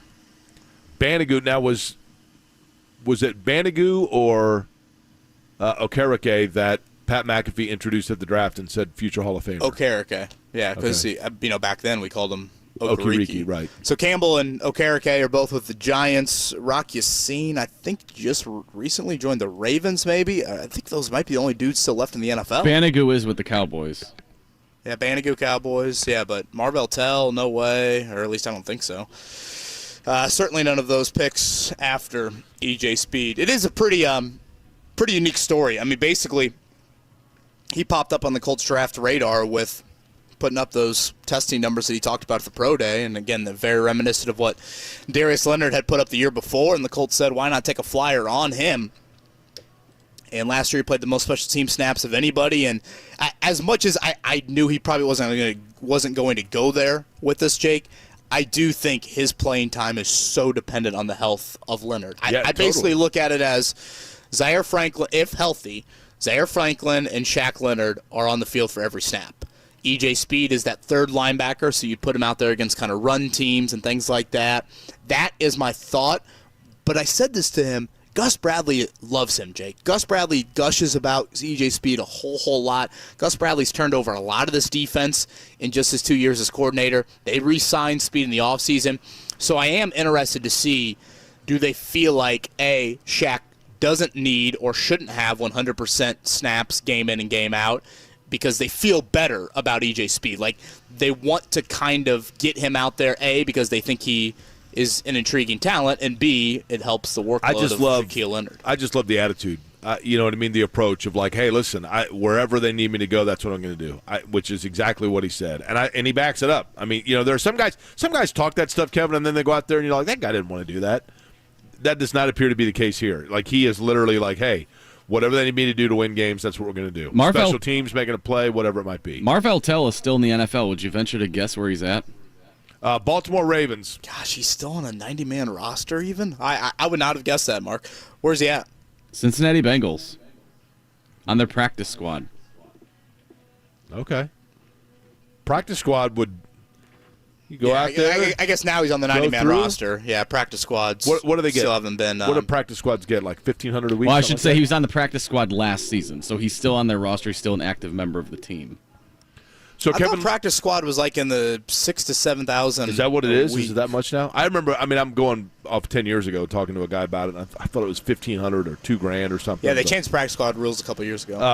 Let me ask you this question: with Jonathan Taylor, and this is me, admittedly, maybe this is a stretch, but Jonathan Taylor had ankle surgery, right? In the offseason, he had an ankle injury. And then, allegedly, key word there, allegedly has a problem with his back. Now, Shaq Leonard has a problem with his back, and didn't we find out that actually that was the origin of the problem with his ankle? Yeah, the nerve issue. Any chance that history's repeating itself here? The thought has crossed my mind. I know there are so many times where we, and I'm not just saying you and I, fans, whatever it might be, there are so many times that something pops into your mind initially and you think, that seems crazy. That is so out of left field. There's no way that it's true that Andrew Luck further had a subluxation of his shoulder because he was snowboarding. There's no way that's possible. And then it's like, well, wait a minute. Right? Yep. Is there something there? I have no idea. But is it possible this is another one of those things that 3 weeks from now it's going to be like, guess what? We should have pursued that further. And again, I don't want to continue to read too much into it, but I feel like I wouldn't be doing my job if I weren't. You watch Taylor out here at practice, Jake, and this goes back to the spring. I've never seen any boot or anything on the ankle. And he doesn't even, I don't know, maybe he walks through that gate that we're looking out at right now. I don't think he golf carts it back. I mean, that's a good walk to that indoor facility where they do their meetings and they have their lockers. I mean, that's a 15-minute walk from this field to there. So I'm like, there has to be a little bit more to this story. And clearly it seems like we just wake up and there is new items that come out each and every day on it. I do want to play that Shane Steichen clip here coming up in a few in relation to Jonathan Taylor and the question that I asked Shane yesterday about it, I do feel like, and last year, Jake, was the first time we've dealt with this with Taylor. He was never hurt at Wisconsin, never hurt in high school. Last year was the first time we've ever really had to ask him injury-related questions. He, first off, was beyond coy when asking him anything about his physical health and his injury situation. And I know I've said this before, but Jake, think back to last year and how many times we got to like Thursday or Friday of a game week, we thought Taylor was going to play, and then boom, all of a sudden he didn't end up playing. It's just, there's a lot of layers to this story. I mean, part of it could be the frustration, Kevin, of not knowing. I mean, he may be like, look, I don't know. And this is the first time he's dealt with anything of serious nature from a health standpoint. We did get a question, and I think this gets back to the Shane Steichen point that I said to Stephen Holder yesterday. Remember when we had Stephen on and he kind of explained that there's some inconsistencies with how Jim Irsay and Jonathan Taylor have paid, or I should say Jim Irsay and Chris Ballard have paid non-premium positions, have emphasized the run game, have emphasized the fact that if you're a good player, I don't care where you play, we're going to pay you. Now there's inconsistencies clearly with this Taylor situation. And I said to Stephen, is this a Shane Steichen presence? And we got a tweet mentioning that, if you really get into kind of the nitty-gritty with Taylor's game, he is a much better runner of the football when you aren't operating out of the shotgun. And I know we're starting to get a little bit deeper into the weeds here, but I do think it's relevant to bring up because Shane Steichen's history is a little bit more shotgun-based. You would think that would be advantageous with Anthony Richardson. Is that Shane Steichen, again, saying to Chris Ballard and Jim Irsay, guys, I don't think we're going to be running as much under center? Then does that negate a little bit of how much you feel the need to give Taylor that money? Part of me is like, we're way overthinking that thought, but then again, you talk to Shane Steichen, Jake, and he's a dude that crosses every single T and dots every I. I think he would offer some of that input, and I am interested, how much is the Steichen presence weighing in on the hesitancy with Taylor? No, I think that's a really good look. We don't know. Shane Steichen's brand new here. We don't know what the we have an idea what the approach is. I mean, the one thing that we know is that if there are short yardage opportunities or draw plays to be had, Anthony Richardson's going to get some of those, right? And if it isn't this year where they're using that as a feature part of it, certainly they want to get it developed, right? You want that ladybug? Listen, ladybugs are good luck. Look at you know that, right? I feel like it's Max crawling right now. There's a huge ladybug that Kevin is. That's a different color ladybug than normal. How would you describe that? Let's get that on the camera. I would say gold, a lighter gold color. Hey, gold jacket there. You guys see that But there ladybugs are good luck, and so, like, Shane Steichen could use the ladybug, right? Yeah. Should I just put it back in the grass, you think? Of course. Yeah. Okay. That kind of belly flopped in the grass, to be honest with you. There it is, right there. Let's get back on track with the morning checkdown. The Morning Checkdown.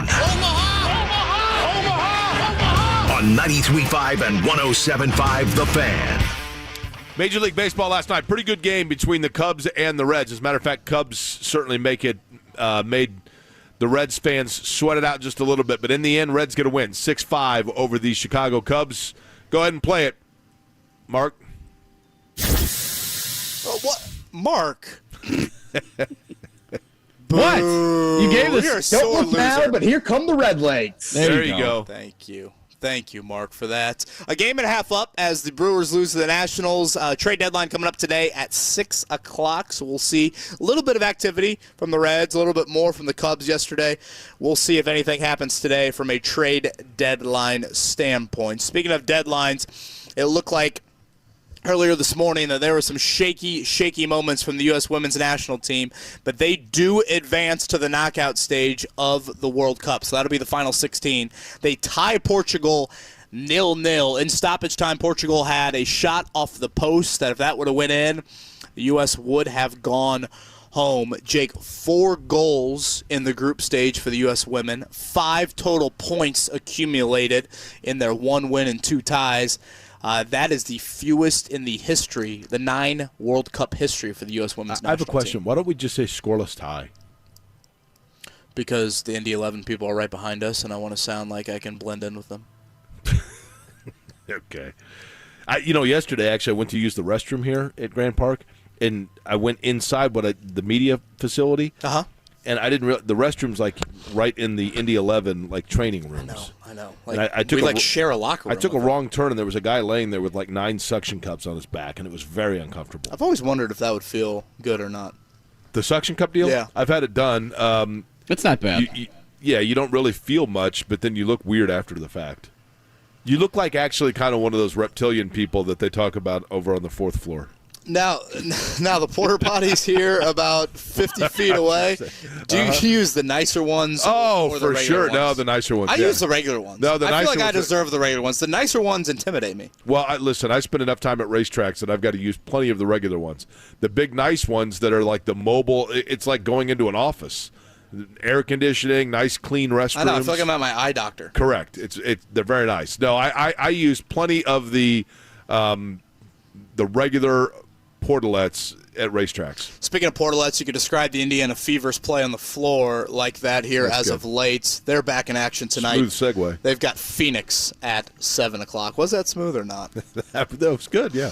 The mower's out in full force, wrapping up here on the North Field at Grand Park. 10 o'clock today, practice number 5 for the Colts. Shane Steichen, I thought, with an interesting answer in relation to Jonathan Taylor from yesterday. We'll play that audio on the other side. Tony Stewart, by the way, going to join us in about 15 minutes.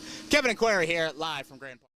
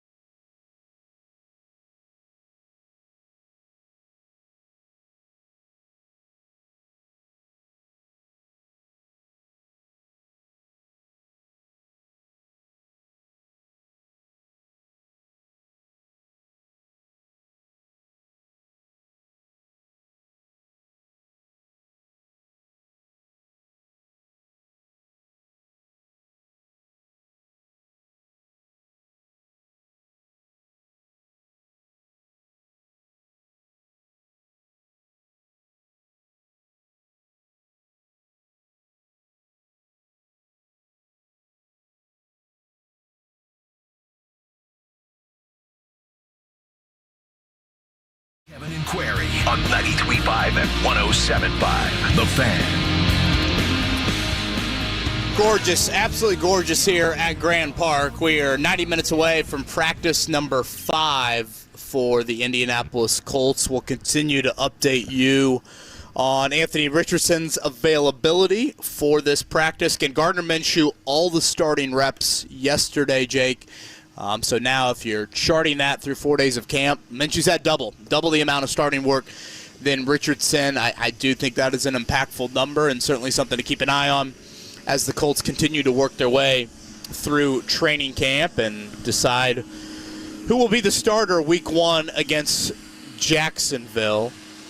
Part of me, and I don't know, I guess I could just look at the contract that he has and maybe I wouldn't feel as bad, but part of me feels a little bad, Jake, for Shane Steichen in that he's just been thrown into the fire here with his Jonathan Taylor situation, and now he's the one that's got to answer the questions. We have no scheduled media availabilities, nothing, with Jim Irsay and Chris Ballard anytime soon.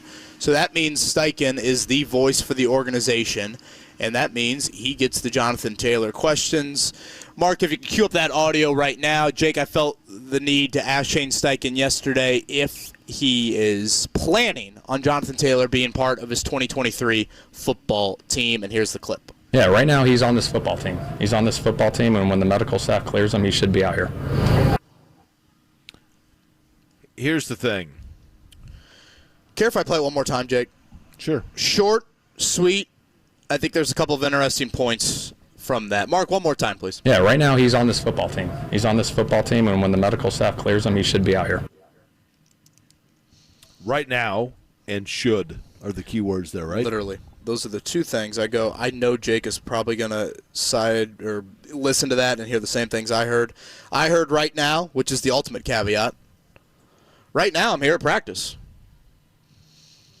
I mean, when you say right now, you can get away with anything after you say that. And how about the should part? When the medical staff clears him, he should be out here. Correct. I think Shane Steichen meant to say that. I think there was a reason behind him saying that. He knew the question was coming. Or am I reading too much into that? Okay, not to go with the whole Jerry Seinfeld, which word did you emphasize line, but was he saying once he's cleared medically, he should be out here?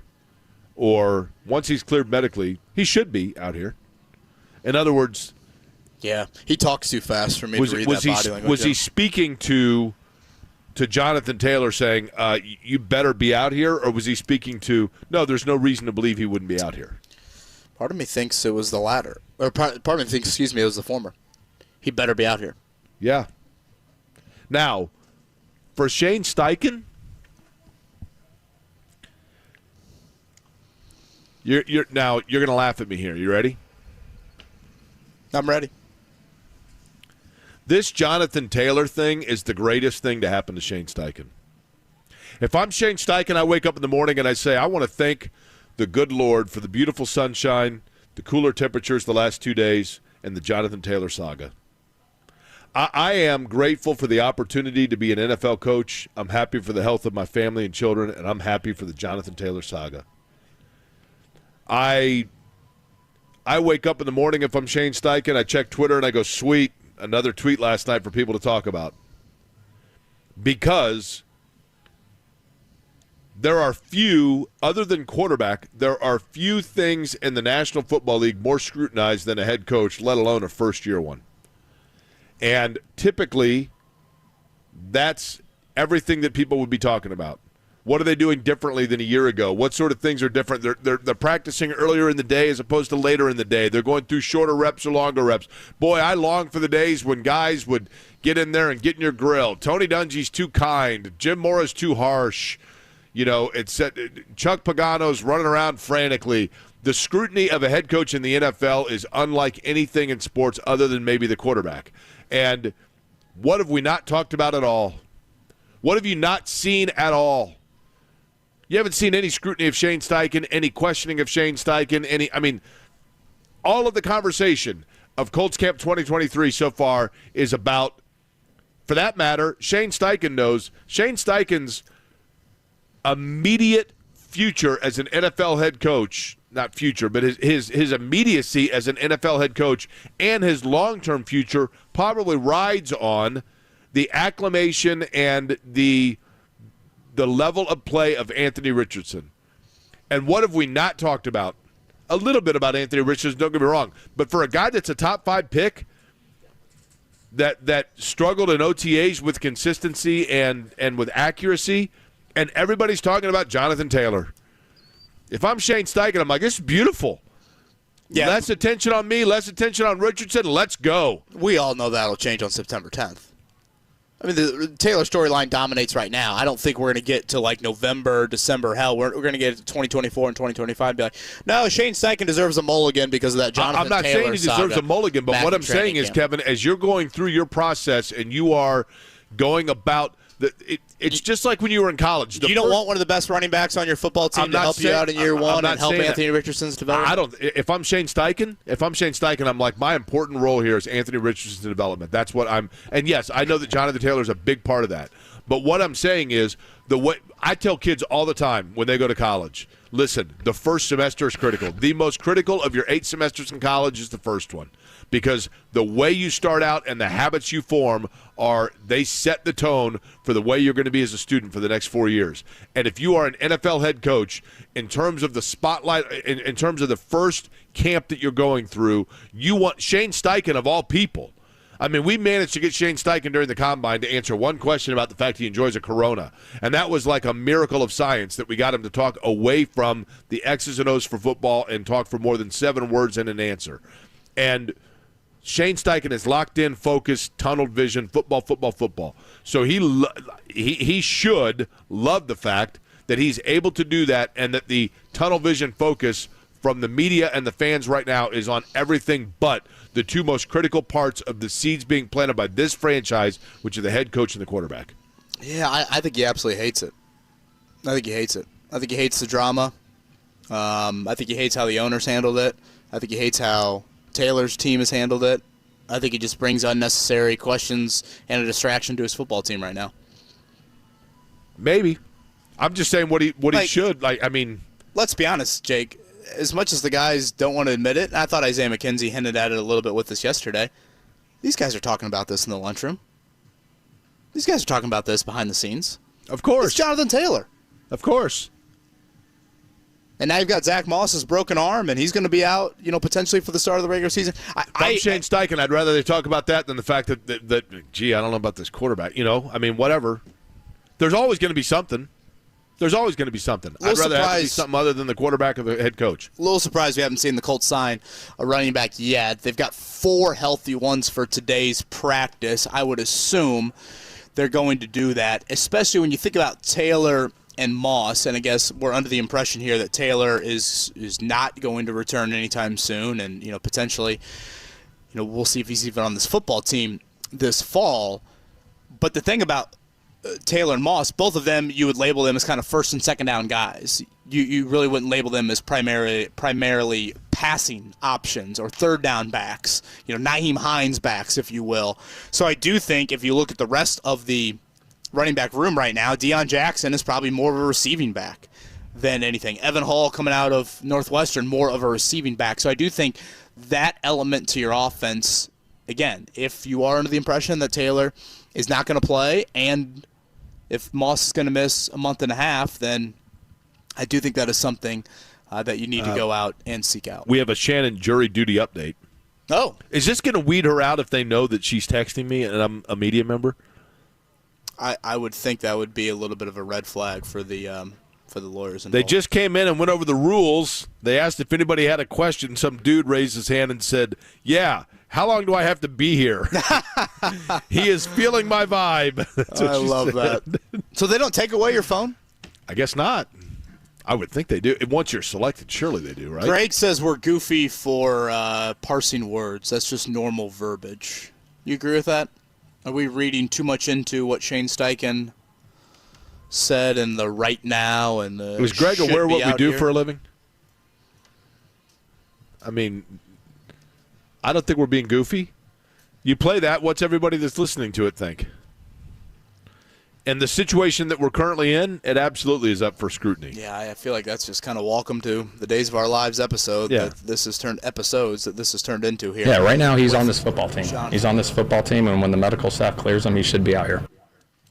That answer sounds a whole lot different than his answers when talking about Darius Rush, Juju Brents, Tyquan Lewis, other injured players on this football team. Tony Stewart on the other side, Jake? That's correct. All right, Tony Stewart is going to join us next. Joel A. Erickson, by the way, will join us live here at Colts Camp coming up in the 9 o'clock hour. We'll continue to monitor things on this practice field. Guys usually start trickling out a little bit after the 9 o'clock hour. We'll keep you posted on Anthony Richardson's availability for this practice coming off the nose surgery from Sunday. But Tony Stewart joins us next.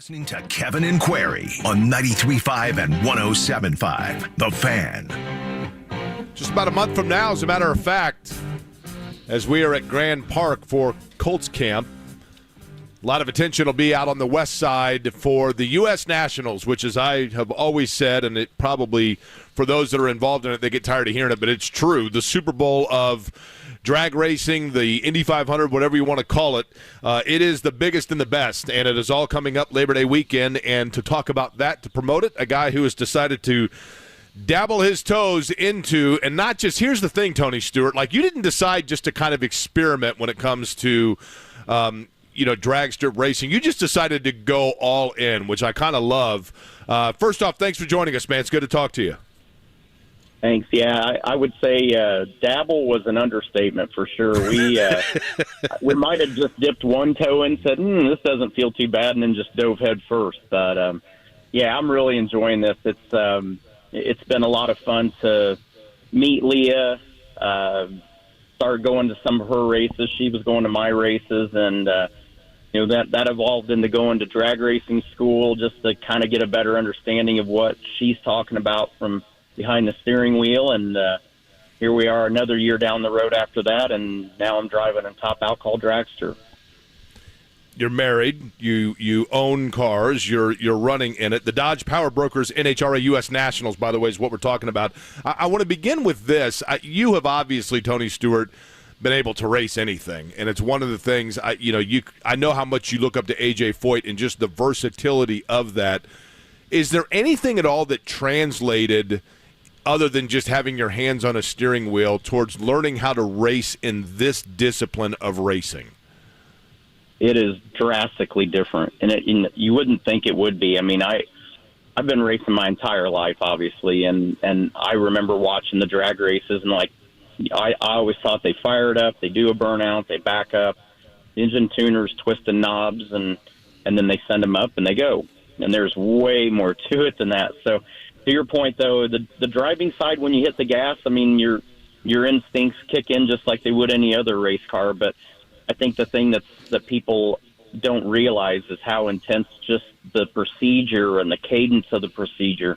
Everything you do, you have to do correctly, and you've got 4 or 5 guys around the car the whole time that it's running, and you're in the front part of the car.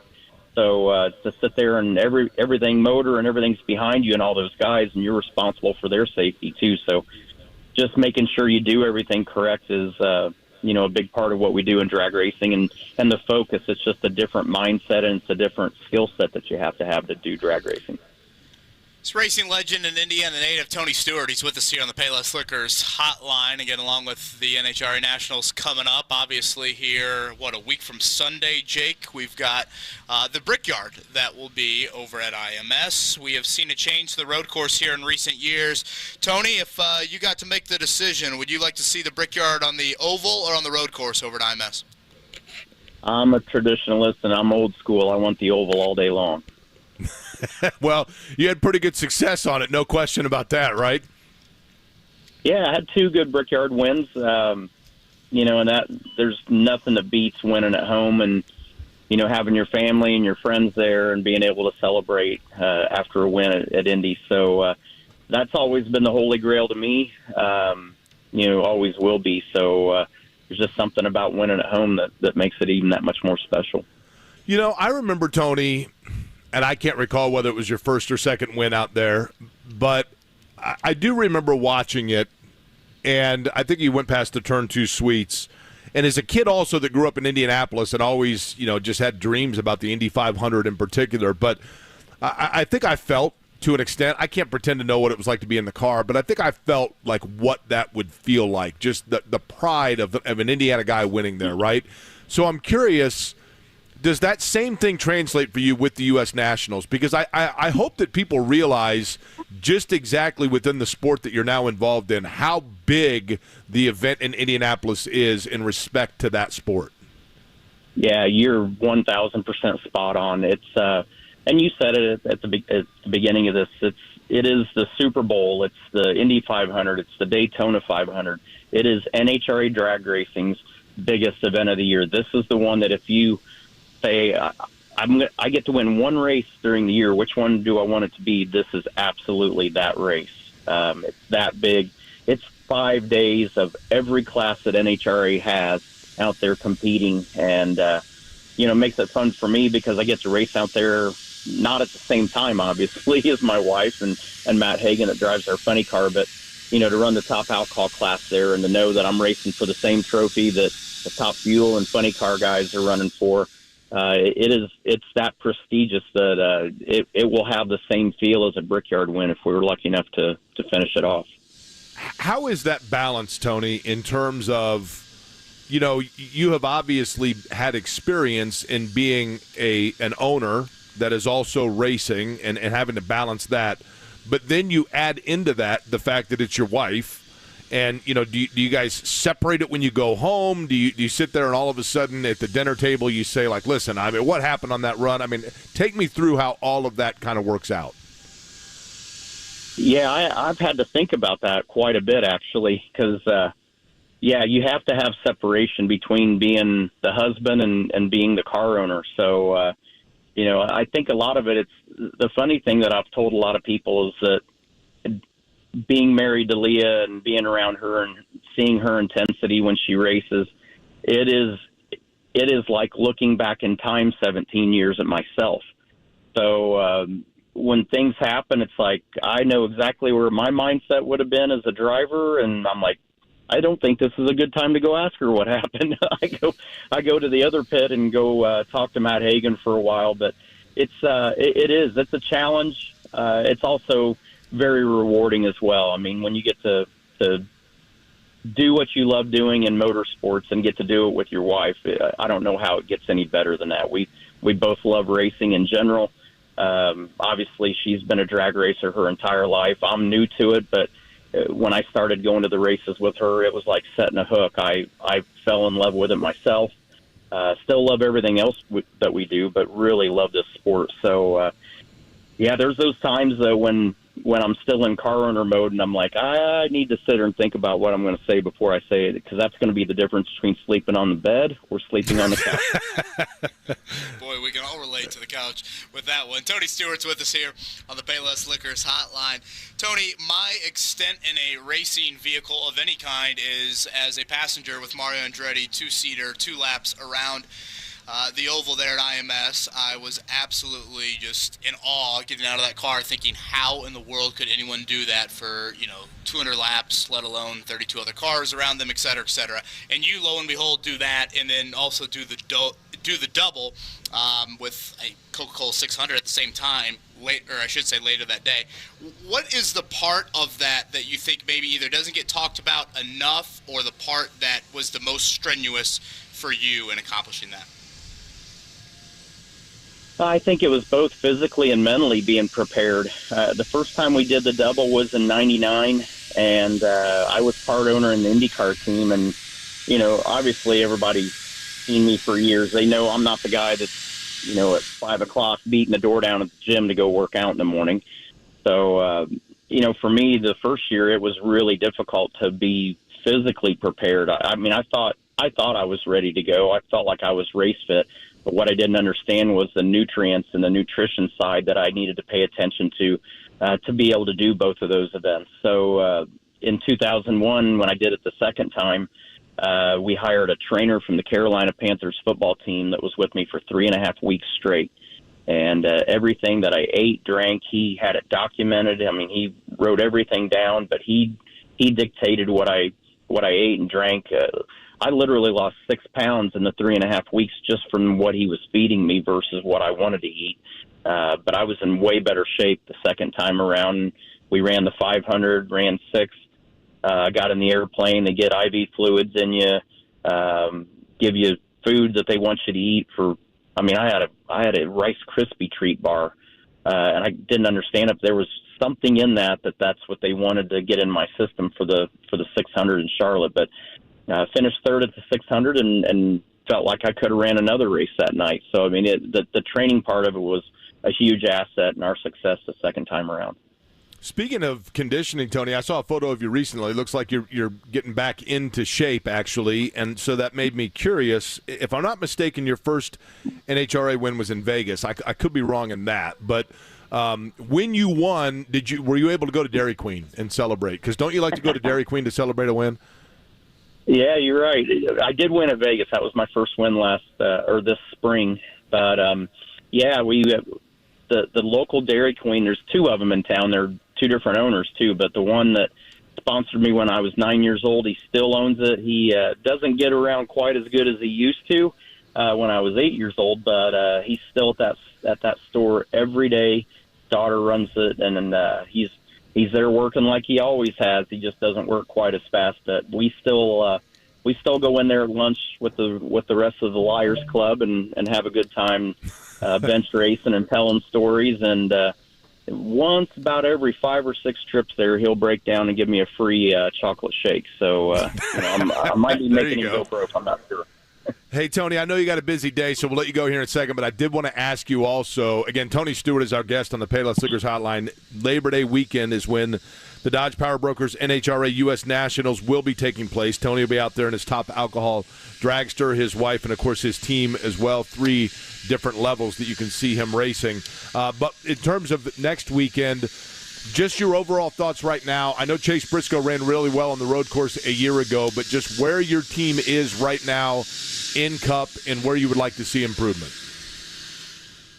Well, we're kind of handcuffed to a certain degree. I mean, they've got the rules package so tight that we can't sit there and fix problems that we know we have. It's they've just got the box that tight now. But I'm really proud of our group. All 4 drivers ran well. All 4 more in the top 11 this past weekend at Richmond. So, I know obviously for Chase it's a home race just like it was for me, and it means a lot to him. And he's a very good road course driver. So, his first year there, he had a shot to win it and got pushed off the racetrack. But guys like Kevin are good road course racers. Eric won at Sonoma in the Xfinity car this year.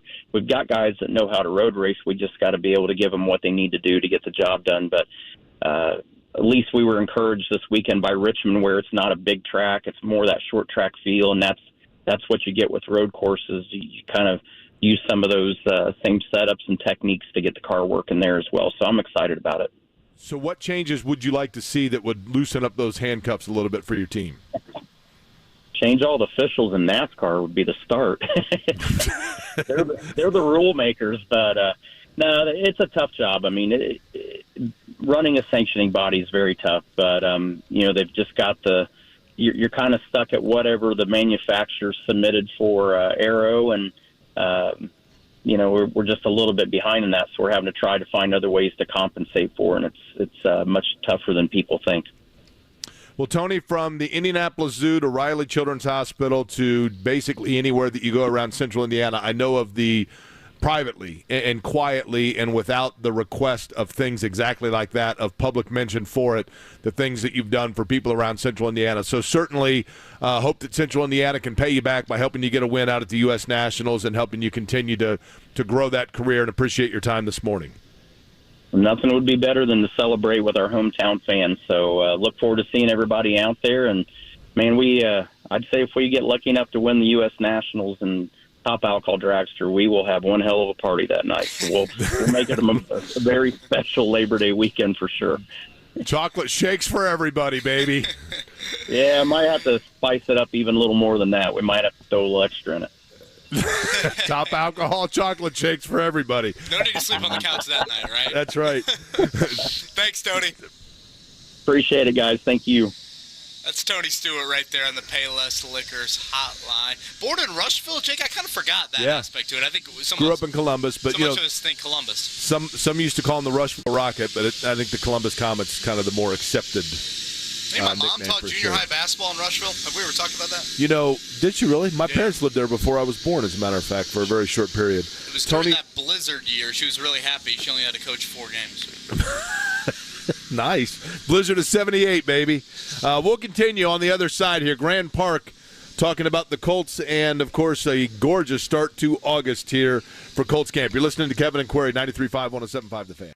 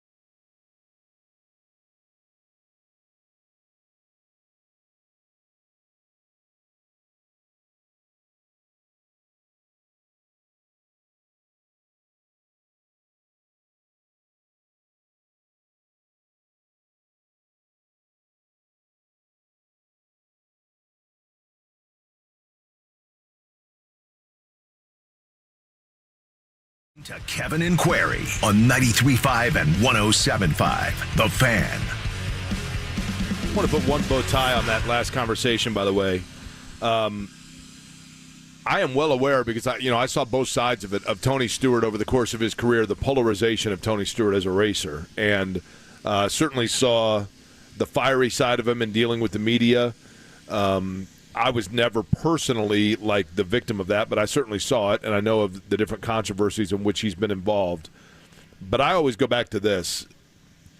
Several years ago, I was at the Indianapolis Motor Speedway during the month of May, and there was a young kid there with his family, and they were standing there kind of dejectedly, and I'm like, what's going on? And it was a Make-A-Wish child. And the arrangement, without saying any names, the person that was arranged, it was not a racing person, it was a media person, that was arranged to host the child out at the Speedway.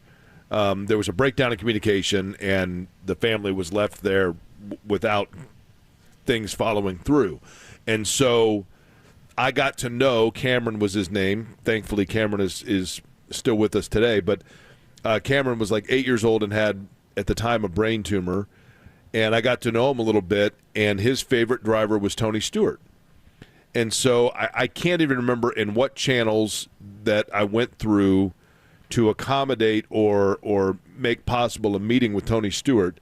And Tony Stewart at the time was like, listen, and I don't know Tony Stewart well. I mean, admittedly, I'm not saying that. It was kind of other people that I went through, but the caveat was, he's like, look, I don't want cameras. I don't want media attention. I'll do whatever the kid needs. Kevin, I kid you not, I stayed in touch. I mean, I'm still in touch with Cameron and his family, but throughout his childhood, until he basically was an adult, he got a package from Tony Stewart every Christmas, every year. And they moved, and it didn't matter. I mean, his mom was like, I don't even know how he still knows how to get in touch with us. But literally every year, different die-cast cars and things from Tony Stewart. And Stewart's whole thing was, he's like, look, and I think those, and I'm not sitting here trying to, because I'm aware of the polarization of Tony Stewart, but I'm telling you, the stories of that doesn't offset times where you can be difficult, but the stories of that, I think, are far greater than people would realize. That's kind of similar to what we heard about Scott Rowland. Remember that? That woman who hopped on with us a few weeks ago and shared that story with her son about Scott Rowland and their relationship, very much behind the scenes, not wanted to be put out into the public light. And Scott Rowland into Cooperstown. What was that, about 2 weeks ago now? Scott Rowland into Cooperstown? I mean, a part of that, too, is probably because it would open the floodgates if that got out, but still. Pretty cool. They're getting the fields ready here at Grand Park. Practice number 5 for the Indianapolis Colts. And we have fans starting to trickle in to the facility. Basically, what we're looking at today is probably the most physical day of camp. A little bit longer. No practice tomorrow. They will practice on Thursday. And then again Saturday nights and Sunday afternoon. So this is by far the busiest week of Colts training camp practice. Jake, I had a feeling that at some point we would get a running back signing for the Colts, and how about this? They're going to bring in a guy that has a whole lot of history from the city of Indianapolis. He was actually with the team a little bit here in the offseason program. I think was at the local pro day and the rookie minicamp.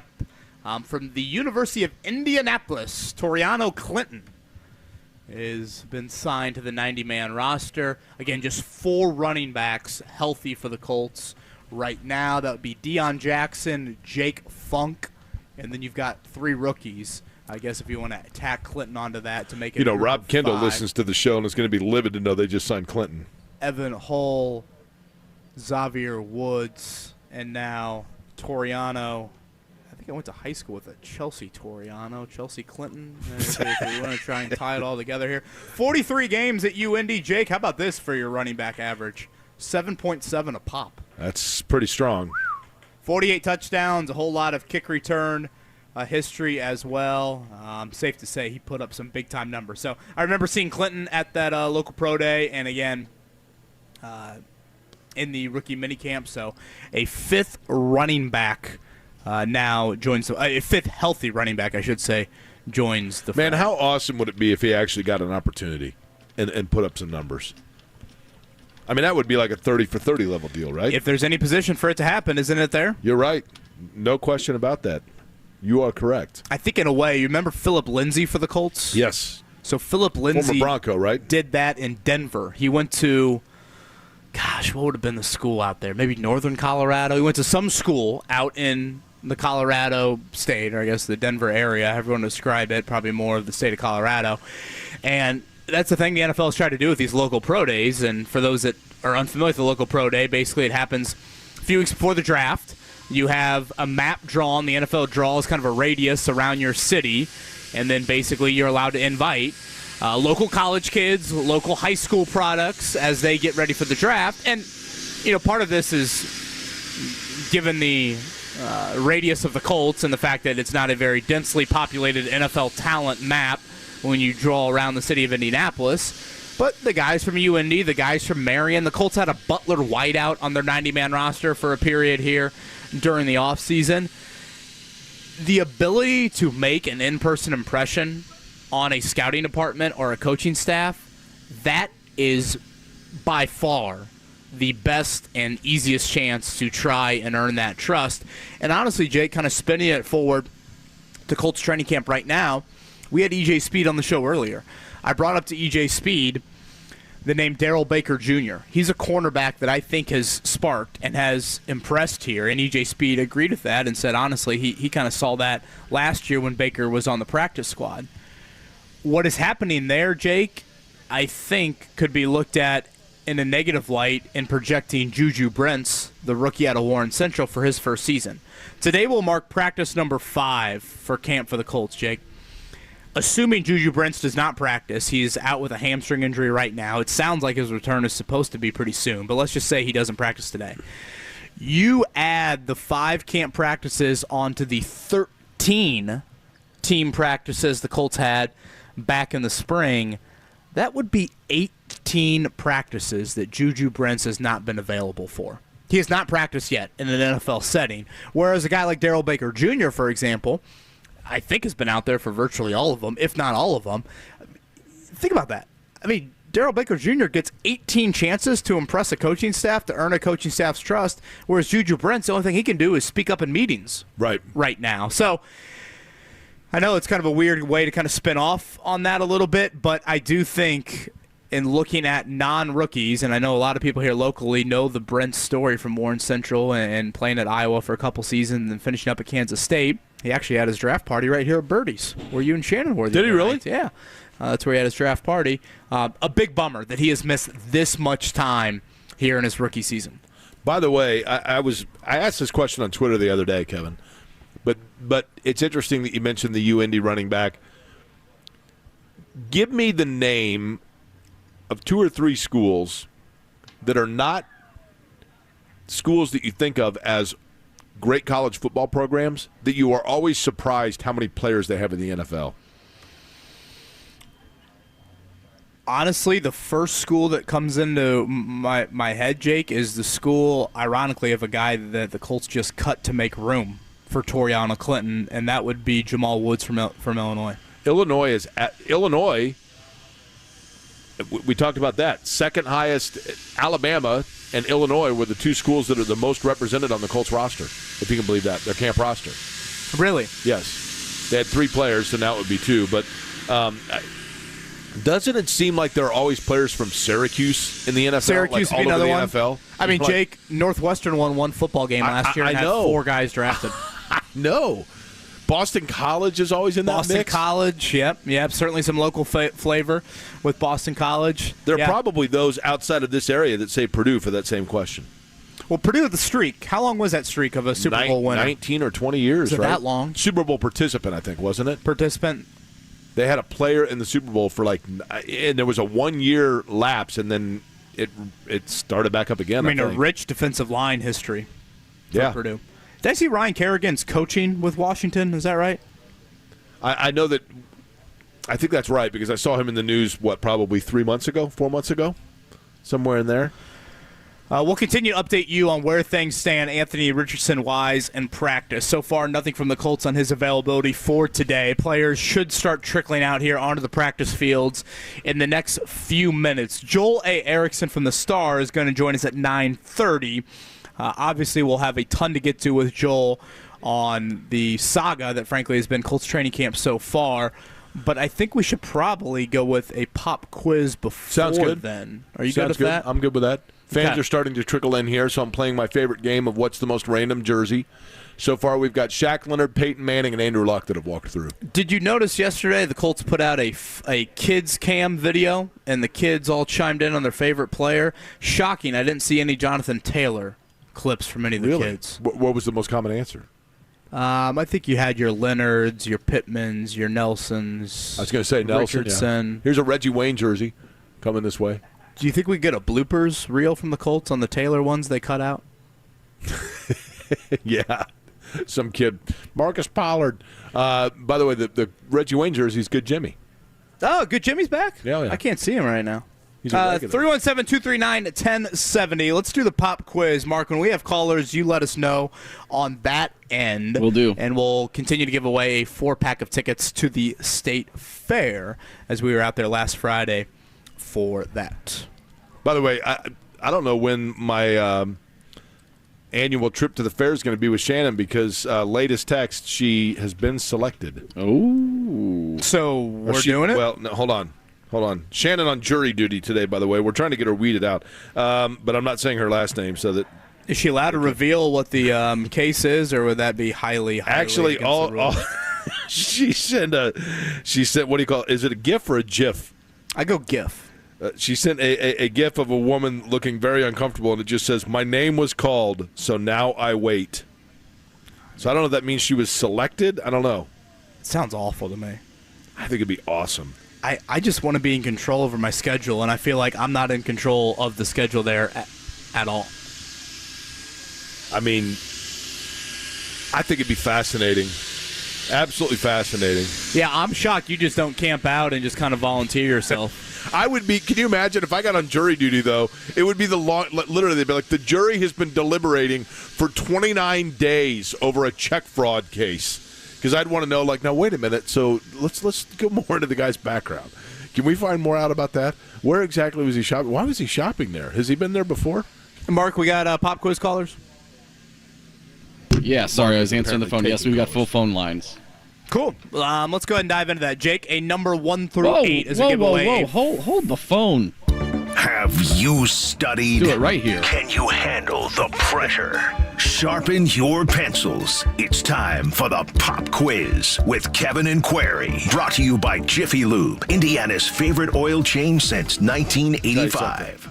Your car ain't the only thing that's a well-oiled machine after this exact broadcast today, right? I feel like I was an oxymoron, Mark, saying doing it right with how we operate this show. I don't know if that's the truest statement I've ever heard. You may proceed, nonetheless, a 4-pack of tickets to the State Fair. Again, we'll continue to do that here to start the month of August. Jake, a number 1 through 8. Good Jimmy's wearing the Reggie Wayne jersey, so we can go 7 or 8. We've gone 8 before, so we'll go 7. You know he's joining us tomorrow, Reggie Wayne. I thought you meant really? Good Jimmy. Yeah. 9 o'clock. Good Jimmy's always here. 9 o'clock tomorrow, I believe, Reggie Wayne going to be giving us a ring. Mark, do we have callers? I'm sorry, what 7? did you say, 7 or 8? What did you decide on? Hey, Mark, we're going to need you to start paying attention. Wait, are we on the 7. air right now? Number 7. Dalton. How we doing? What's up, Dalton? How we doing? Good. Do you have an Andy Dalton jersey?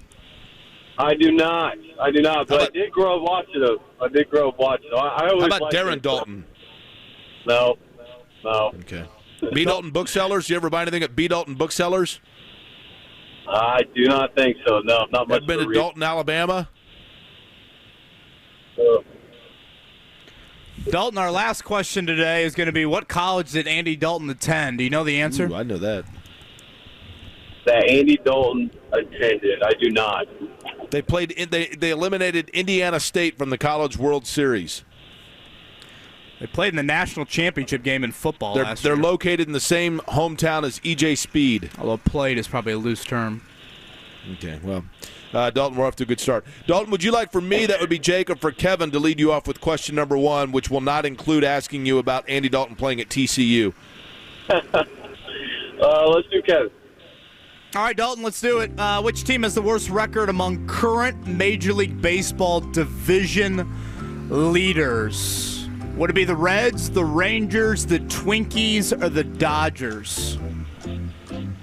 I'm going to go with the Dodgers. I always like Joe Mauer. Remember Joe Mauer, Jake? He went with the Dodgers, is that right? Yeah, Joe Mauer, the dual sport. He was like a quarterback at Florida State, catcher for this franchise. Minneapolis native, right? Dalton, as the mower goes, I didn't hear you say the Dodgers. I thought you said something else. Another guess here for number 1? What were the options again? It was the Reds, Rangers, Twins, or Dodgers? Prince's favorite team. My friends Chris and John Love are brothers that do Love Heating and Air, and they were born on the same day. Would they be fans of the Reds, Rangers, or Twins? Twins, for sure. Okay. Question number 2. Arizona Diamondback rookie That's kind of like Andy Dalton's career going through that one there. That's right. Corbin Carroll of the Diamondbacks recorded his 35th career stolen base in the Diamondbacks' win over the Giants last night. He needed just 134 career games to reach the 25 home run, 35 stolen base mark. That's the second fastest number of games for a player since 1900. This is incredibly convoluted. Who needed fewer games to reach 25 home runs and 35 steals? Would it be Mike Trout, Eric Davis, Ricky Henderson, or Ronald Acuna Jr.?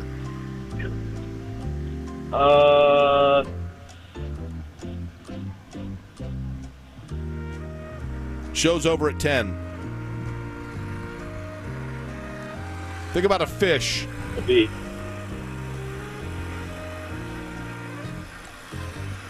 Dalton? Get your damn act together. Oh, my God. Dalton, you still there? Serious? Dalton? Mark? Bueller? What are we doing here? Is he All gone? right. I don't know what he's doing. He's got to be gone. Oh. He's there, I guess. Dalton, what's your answer? Mike Trout, Eric Davis, Ricky Henderson, or Ronald Acuna Jr.? Eric Davis.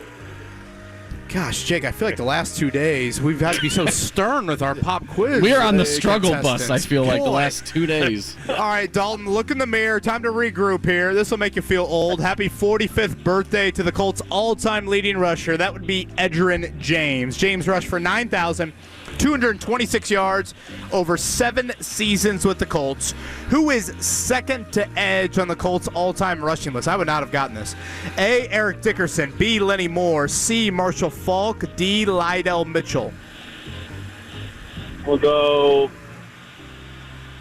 Marshall Faulk. Okay. Question number 4 for you. On this day in 2007, the Minnesota Timberwolves traded Kevin Garnett to the Celtics for 5 players and 2 first-round draft picks, the largest NBA trade ever for one player. Which of the following players that I'm about to name were not part of that deal? Al Jefferson, Michael Doliak, Sebastian Telfair, or Gerald Green? I will tell you that it's a guy that played at Utah. Took him to the Final Four. In 2007. Was it Gerald Green? Al Jefferson, Pacers legend, right, Jake? That's right. Gerald Green, Pacer legend as well. Gerald, yeah, good call. Gerald Green. Okay, moving on. Number 5. On this day in 1941 here, Dalton, everyone knows this. Future Hall of Fame pitcher Lefty Gomez of the Yankees set a record that still stands today. Which record did he set? A, the most runs allowed in a no-hitter. B, the most bases on balls allowed in a shutout. C, the most batters hit by pitches in an inning, or D, the most home runs allowed in an inning. Oh gosh, MLB go with is most not walks. my forte. Yeah, go with most walks. All right, we'll do that. Mercifully, boy. Yeah, Dalton, congrats on the 4-pack. Not sure if we can say congrats on much else besides that here with the effort of the pop quiz. Yeah, Dalton, when you're at the state fair, if people ask where you got the tickets, don't publicly admit that you just went through that exercise. Minnesota Twins was correct. Mike Trout was the correct answer. It was Lydell Mitchell. Michael Doliak was a member of the Utah Utes that took them to the Final Four, and the last one was indeed most walks. Had a shutout. Keith Van Horn and Michael Doliak? I think that's they were two different teams. Andre Miller? Oh, I think Miller was. Were they not all on the same team? Utah made a second, totally weird run. Van Horn would have been before the 98 team. Doliak was the anchor of the 98 team, right? Isn't that right? I don't know. I felt like for some reason all of them were on that. Andre Miller was a good player. Lost to Kentucky, right, in the national title? Yeah. I kind of after the last 2 days of this pop quiz, I kind of feel like I want to echo what Kevin said the other day on the pop quiz. I need all the drugs in the world to get through tomorrow's pop quiz. Preach. Mark, preach. It seems to be better when we're actually in the studio. I'm not sure what has been more of a struggle, the start of Colts training camp or the pop quiz the last 2 days. Well, I mean, you combine. Here's the thing. Okay, there are three things that are going against the pop quiz here. Four, really. The first of those being that it's after 9 o'clock, and I check out about 7:45, okay? The second being that you got 9 lawnmowers, 2 air blowers, and a leaf blower walking past us. The third I've been cupping my mic to try and help the audio situation. You look like a coach with the guard over. I look like Sean McVay. The third thing going against us is that Mark fell asleep this morning about 6:30, hadn't woken up. Huh? Did you say my name? What? The fourth being that we've got people that are calling on some sort of Nextel phone. You know what I mean? So it's been a struggle for sure. Joel Erickson from the Star is going to join us here in a few. Let's get to our morning check down before we get back into the Colts camp convo. The Morning Checkdown. On 93.5 and 107.5 The Fan. Speaking of struggle, it sounded like it was that for the U.S. women's national team early this morning, but they do survive in advance. A 0-0 draw with Portugal. Portugal sent one off the post, the right post, in stoppage time. If that would have gone in, the U.S. in all likelihood would have been sent home, but they survived. Jake, the fewest amount of goals, fewest amount of points they've scored in their 9 World Cups. They are in all likelihood going to play Sweden coming up on Sunday. Gap is closed, 5 a.m. Gap is certainly closed worldwide as they try to go for the three-peat, which has never been done before. Again, now we're on to the Sweet 16. Now we're on to the win or go home, so you get penalty kicks. No more ties, no more of that in the Women's World Cup. Thank you. Not a struggle bus for the Cincinnati Reds, a victory bus, as a matter of fact, last night. 6-5. It was interesting from the Cubs, but the Reds still alone atop the National League Central. Also, speaking of alone atop their division, Cute Fellow with a win yesterday over Toronto. They now lead the AL East by a game and a half. Mark, you expect any more activity for the Cubbies today before the deadline? Yeah, absolutely. I think the Cubs could still be in on somebody, and I think the Reds definitely need to add some pitching. So I expect both teams to be in the market. An Oakland A's reliever is not really the headline. I think some Reds fans are looking for a little bit more from a starting pitching standpoint. We'll see if they add, but they are a game and a half up now in the NL Central as Joel Erickson's Brewers lose yesterday to the Nationals, and that makes me happy. Well, you can mock him over that next, right? Yes, he will join us next. Fever, by the way, they play tonight against Phoenix. Colts practice coming up here in about a half hour. We'll chat with Joel A. Erickson from the Star on the other side, live here at Grand Park. Guys.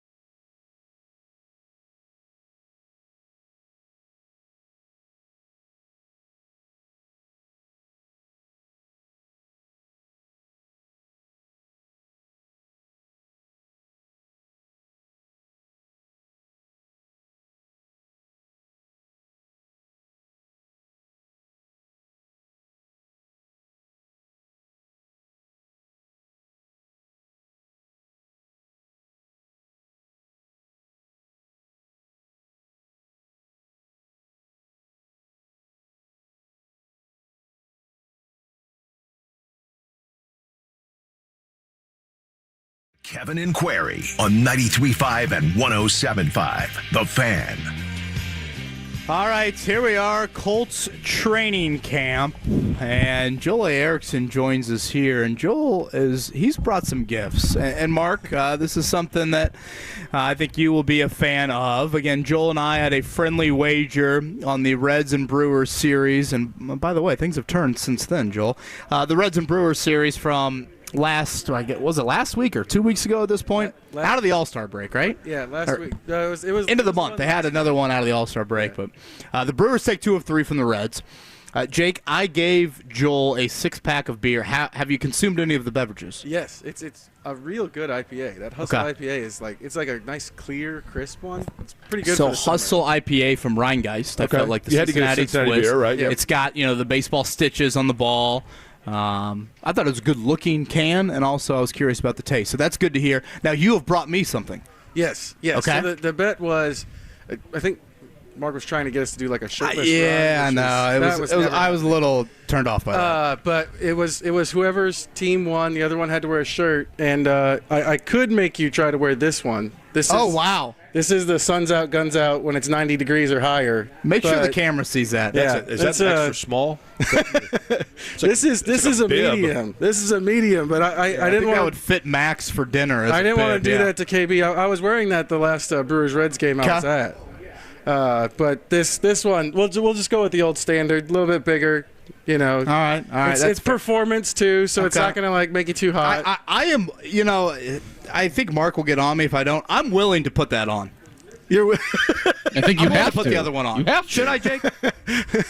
Jake's seen me shirtless, so this won't be the first time. What's the other one here? What do we got? Let me see. Well, the other one's just kind of your Nike standard, T-shirt. Yeah, hold on. Your Nike T-shirt, nice. But what size we got on this? Large. And that one's which? No, now that you say that, it looks like an extra small. It says medium. We got a medium. No, I'm gonna put it on. Yeah, you got to go with the medium. All right. You guys talk about some things. I'm gonna change shirts here. Okay? See, I'm old enough that my favorite Brewers were Cecil Cooper and Robin Yount. Oh, see, Yount, when my dad first started taking me to games. I'm allowed to take off my shirt with a media credential on. I'm a little. You go kick me out. Step right there between the right around the corner.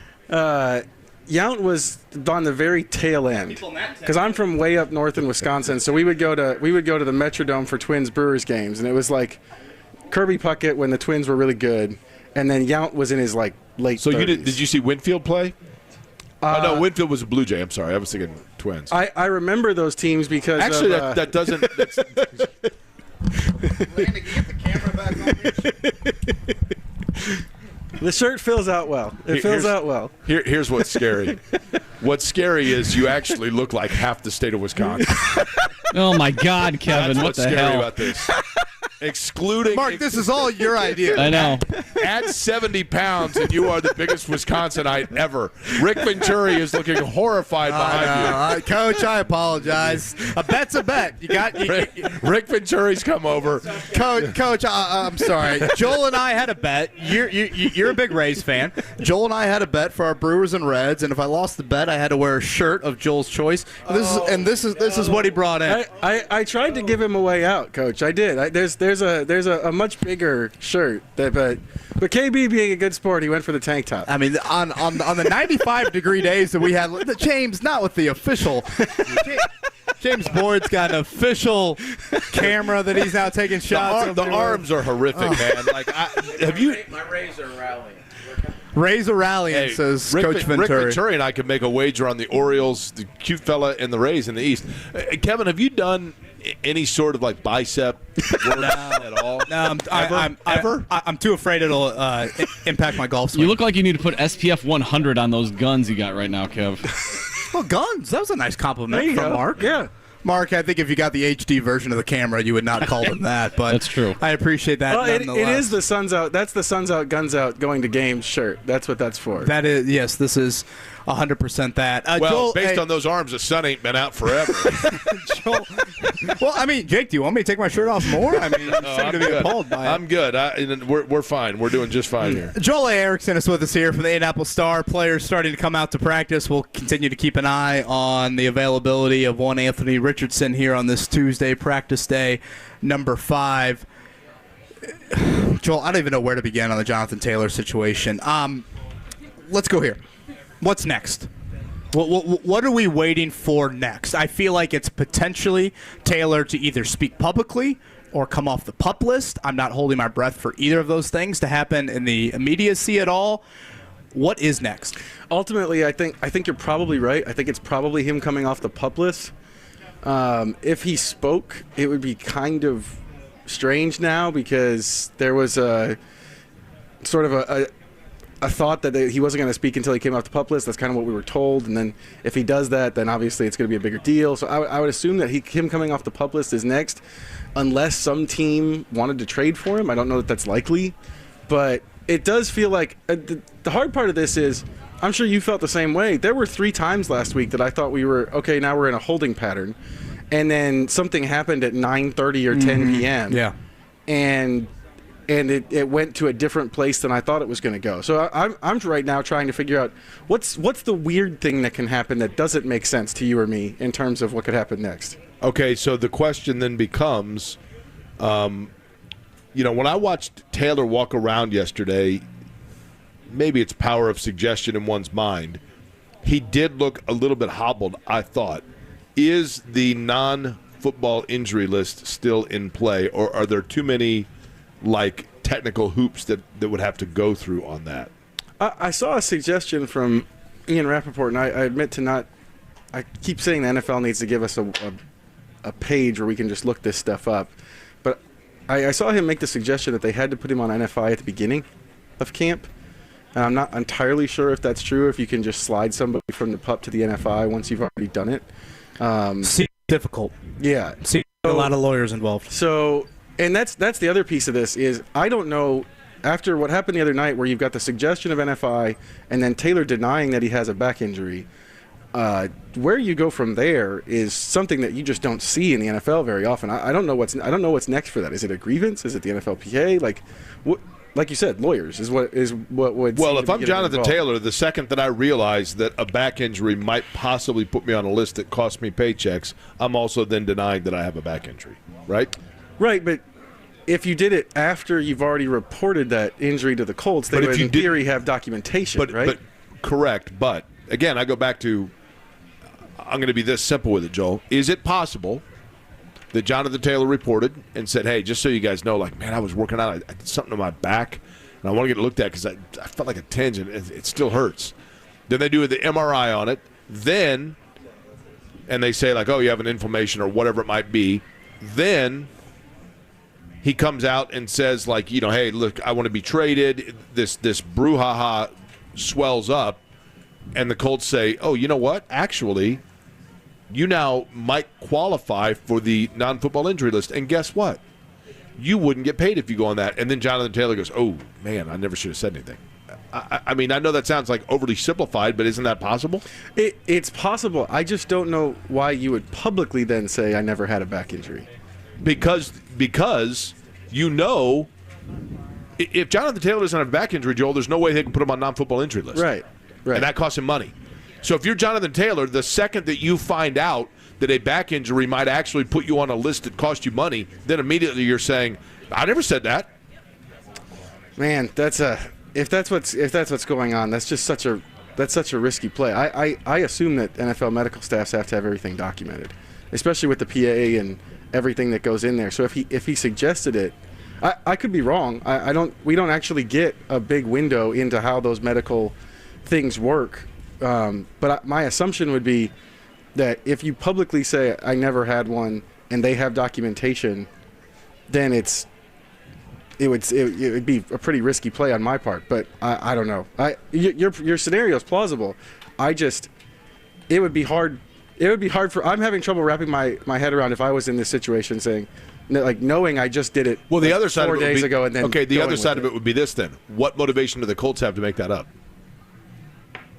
So we've presented that Jonathan Taylor might have incentive to backtrack. What incentive do the Colts have to make that up? To threaten the no pay. Just to have the threat out there. But if there's documentation, because there's also the piece of the report that went, we're possibly going to put him in NFI. Contemplating, I think was the word. Yeah. Why contemplating? Why not just do it? Like, what was the possible of it? It felt like, to me, it felt like a threat in the moment. Yeah. Right. Again, Joel Erickson's with us here from the start. Do you want me to watch this, Joel? Already, yes. I can tell you right now, yes. I appreciate James Boyd tweeting out a picture of you, Kev, by the way. It's beautiful. It's such a quality photo that James has. James has that big camera. I know. That thing is the demise of me. I feel like I'm back in I'm back in college at the bars trying to avoid my friends. You know what Rick Venturi said when he turned around the corner and saw you in that tank top? Possession into the end zone for a that's so good. That is the parting of C, Joel, on the Jalen Hurts touchdown. That was Rick Venturi's reaction to Jalen Hurts waltzing into the end zone back there in that November game with the Eagles. This is after my son tried to scare you or something yesterday. I know, he did. He frightened me. I know, in the media center. Yeah, that was that gave me a good laugh. Back in June, Jonathan Taylor was frustrated. So before any supposed back issue, he was frustrated in June. And I'm trying to make sense of what has changed in the Colts' mindset. They drafted Jonathan Taylor in round 2 of the 2020 draft. He is on the side of their stadium. Mm-hmm. Jim Irsay was on the Zoom call the night, day 2 of that NFL draft, telling Chris Ballard, you love this guy, you trade up for him. He was encouraging his GM to do that. Now here we are 3 years later. So what has changed in the Colts' thought process in regards to a running back, in regards to a run game? Go ahead and give me your answer, but I'll also throw out there, where does Shane Steichen play a role in all this? So I was going to actually go in that direction because back in March when we were at the owners' meetings, one of the interesting things was, and one of the reasons that I thought that Taylor would get extended was that in our sit-down with Jim Irsay, he mentioned Jonathan Taylor being special several times in that talk, and how getting him back to healthy was so critical for this season going forward. Like, you're essentially saying this is our offensive guy to go with. And I do wonder with Shane Steichen, because Chris Ballard did say last week, we want to get through this season and see what the coaches think of these guys. Now, that maybe we're extrapolating. Irsay kind of said the same thing the other night too, a little bit of like, do the coaches want to see something? It's one of those things where, like, it does feel like there's been a shift, and the shift is either they kind of said we're rebuilding without saying they're rebuilding too. Like, that was a big part of what Irsay was saying the other day. He was like, we've got to see where Anthony is. If you're gauging where you are with a rookie quarterback and not filling certain positions, it's if you're not rebuilding, you're rebuilding adjacent. Right. And so I think that's part of it, is not feeling like they're necessarily 100% in the mix, regardless of what Irsay said about division titles. And then I think the other thing is I have wondered too, the same thing you're wondering, like, what role does Steichen play in this? Why did both of them say we've got to let the coaching staff see what we've got here? When, I know coaches say that all the time, but you have 3 years of film, and those guys know how to watch it better than we do. I think they know what they've got in Jonathan Taylor. Jim Bob Cooter, when he first got here and did his introductory press conference, was talking about he really wanted to work with a guy like this and see what it could be like when you have an elite back. Like, that sounds like a guy who knows what he's got there. There's some question marks I have there, like, especially with knowing that Frank Reich's rushing offense was super diverse. Like, they've seen Taylor do a lot of things. And in addition to that, Steichen, we'll get into this in a second. You got time to stick around, Joel? Yeah. What Shane Steichen might see in terms of... Do I need sunscreen, Taylor, Brett? Is Taylor needed for Richardson? Richardson needed for Taylor? Brett, a weight room aficionado, Brett Bensley from Fox 59, just made the guns motion to me like I've got them. No. Did he not? No. I mean, he might have, but... Thank you. No. That's not at all what he was meaning by it. I'm going to hit the bench press here during the break. We'll be back with Joel Erickson to round out the show here. Kevin Aquari live at Grand Park.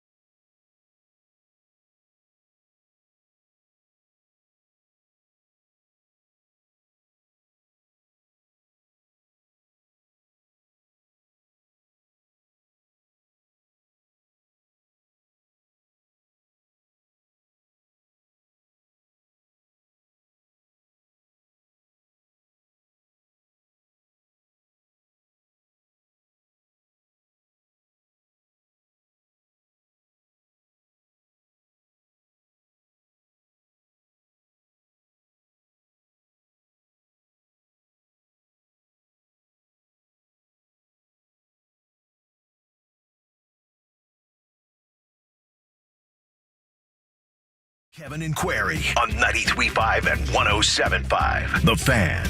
Okay, Joel A. Erickson from the Star is our guest. He is sitting right here. We have yet to see Anthony Richardson as quarterbacks have worked their way out onto the field.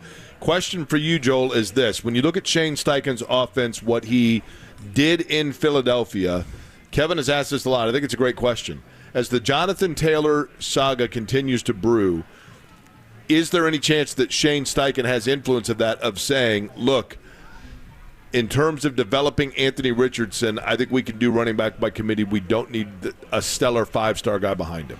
I think it's possible. I mean, that's kind of where the NFL's gone. I don't know that I would agree that the guys they have behind them right now constitute the kind of committee that makes up for it. Especially after yesterday, right? Especially after Zach Moss breaks his arm. Now, 4 to 6 weeks, he could, in theory, be back for the season opener. But, like, Miles Sanders, who they had last year, I mean, I wouldn't put him on Taylor's level, but that's a good back. That's a good running back.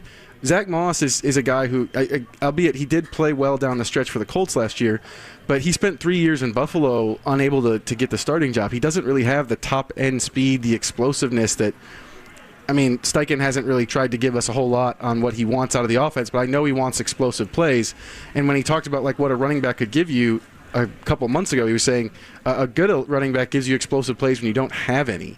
And I would say, assuming that if your Richardson is starting, you're not going to get quite as many explosives in the passing game as Jalen Hurts did, because number one, you don't have A.J. Brown, Devontae Smith. Number two, you have a rookie quarterback instead of a guy in his third year of NFL development. That one of the way to make up for some of those explosives would be to have the elite running back who can turn any carry into something. Zach Moss ran a 4.65 40. He's more of a bowling ball kind of workhorse type than he is the guy who's going to run away from people.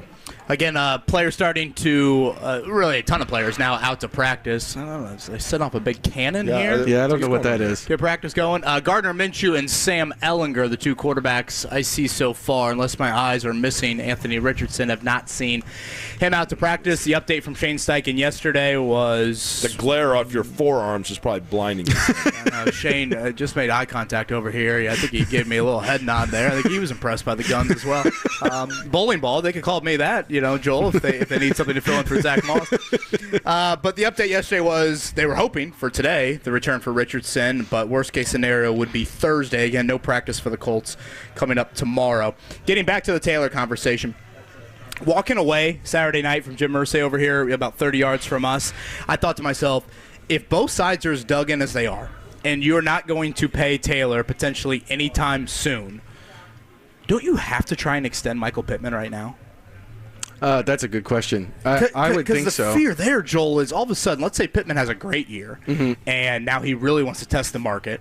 Or if, he has a – do I see Richardson out there? Looks like he is out there. Richardson, helmet on. Looks like he will be given it a go today. Let's say, whatever, things go great or things go horrible, and, he doesn't like, whatever, how Anthony Richardson's throwing the football. I just don't think you can get to next, April, Joel, and all of a sudden you're looking at a depth chart that is Alec Pierce, Josh Downs, Mo Alley Cox, Jelani Woods, and Deion Jackson as your skill players around Richardson. That is a thought that I had of like, okay, Taylor looks to be done, and maybe I'm, too aggressive with that statement, but don't you got to move quickly with Pittman? I think if you can. I think you want to. I think the question is kind of going back to what you said at the beginning. Does Michael Pittman want to move now when if he has a big season, like that's a position where he knows what he can get paid, and he knows that the ceiling might explode on him before he gets there. I mean, Christian Kirk got the deal he got from Jacksonville, and if you look at the numbers of what they'd done previously in their careers, Michael Pittman has been more productive in his career so far than Kirk has, which we can debate, skills and talents and going deep and all that stuff, but that's how contracts get done, is the numbers in front of them. So, from a Pittman standpoint, it's maybe the same thing. Maybe he's sitting there and thinking, if I have a big year here, I might really get into the big money. And, Kirk actually turned out, at the time, I remember people rolled their eyes at that. And it's a good deal for them. Good deal, yeah. By the time it was said and done, it was pretty. He had his biggest year there last year. And I've said this endlessly about what Jacksonville did last year. Whether it was Zay Jones, whether it was Evan Ingram, whether it was Christian Kirk. For 3 months, the NFL world ridiculed them for overpaying. But I am such a proponent of when you have these young quarterbacks, these are the fragile moments of their NFL careers. This is where you have to get them right. Because if you don't get them right now, you are never going to get them right. And I think that's what Jacksonville looked at. Doug Peterson and them came in and said, all right, last year was an absolute disaster on and off the field for our quarterback. We've got to get him right here. Dave Calabro just totally invading my space by taking a picture here. Those are beautiful arms right there. Thank you. Absolutely beautiful arms. I just had to see it in person. Thank you, Dave, for that. Beautiful arms is how Dave Calabro, a man of just elite physique and looks. Jake, I think, is a little jealous of the old gun show here. Okay, sure. That's it. Are you heading to work out after the show? I'm almost 51 years old, Kevin. I'm just happy that I can, you know what I mean? That I was going to point out that KB said he was going to do bench press after this. But that doesn't help the guns, actually. That's more of a back and chest thing. That's correct. It's going to help the guns. Head of the Colts strength staff here. Joel Erickson. Joel, what else are we watching for? I do think we're kind of reaching a point with Juju Brents. It's like, it'd be pretty good to get on the field. I mean, we're talking 5 now practices. We'll see if he practices today, but there's some other corners that I think have started to entrench themselves. The cornerback situation with Rush also being down, we've seen a little bit from Darrell Baker. He made 2 nice plays yesterday, but I keep going back to the one-on-one session that we saw, the only one-on-one that we've seen from them against the receivers. The receivers should win a lot of routes in that, but I had the receivers winning 18 of them, 18 of the 23, and 3 of those were misfires by the quarterback, incomplete. There was only 2 PBUs in it, and I kind of feel PBU being pass breakup. Okay. And there were only like a couple of plays there, and it was Kenny Moore and Jalen Jones where the 2 corners were pretty competitive in that drill. I keep thinking the longer this goes, and it's a hamstring for Brents, those tend to linger. The longer this goes, like, not only is it tougher for Brents to get on the field, but the more worried I am about the Colts cornerback situation going forward. I mean, and that's an area, Joel, as I've said a million times, my patented line, cell phone chargers and sunglasses, that's offensive linemen and cornerbacks. You can never have too many. Never. Well, especially in today's NFL. And this pass rush that they've built, they've kind of feel like they've gotten, a fairly deep pass rush. They've got a lot of guys who they think can maybe do something this year. They're not going to do anything if the cornerbacks can't cover right away. The whole rush and cover thing, rush is supposed to affect the cover, but cover is also supposed to affect the rush in terms of if there's a place for the guy to throw right away, rush can't get home.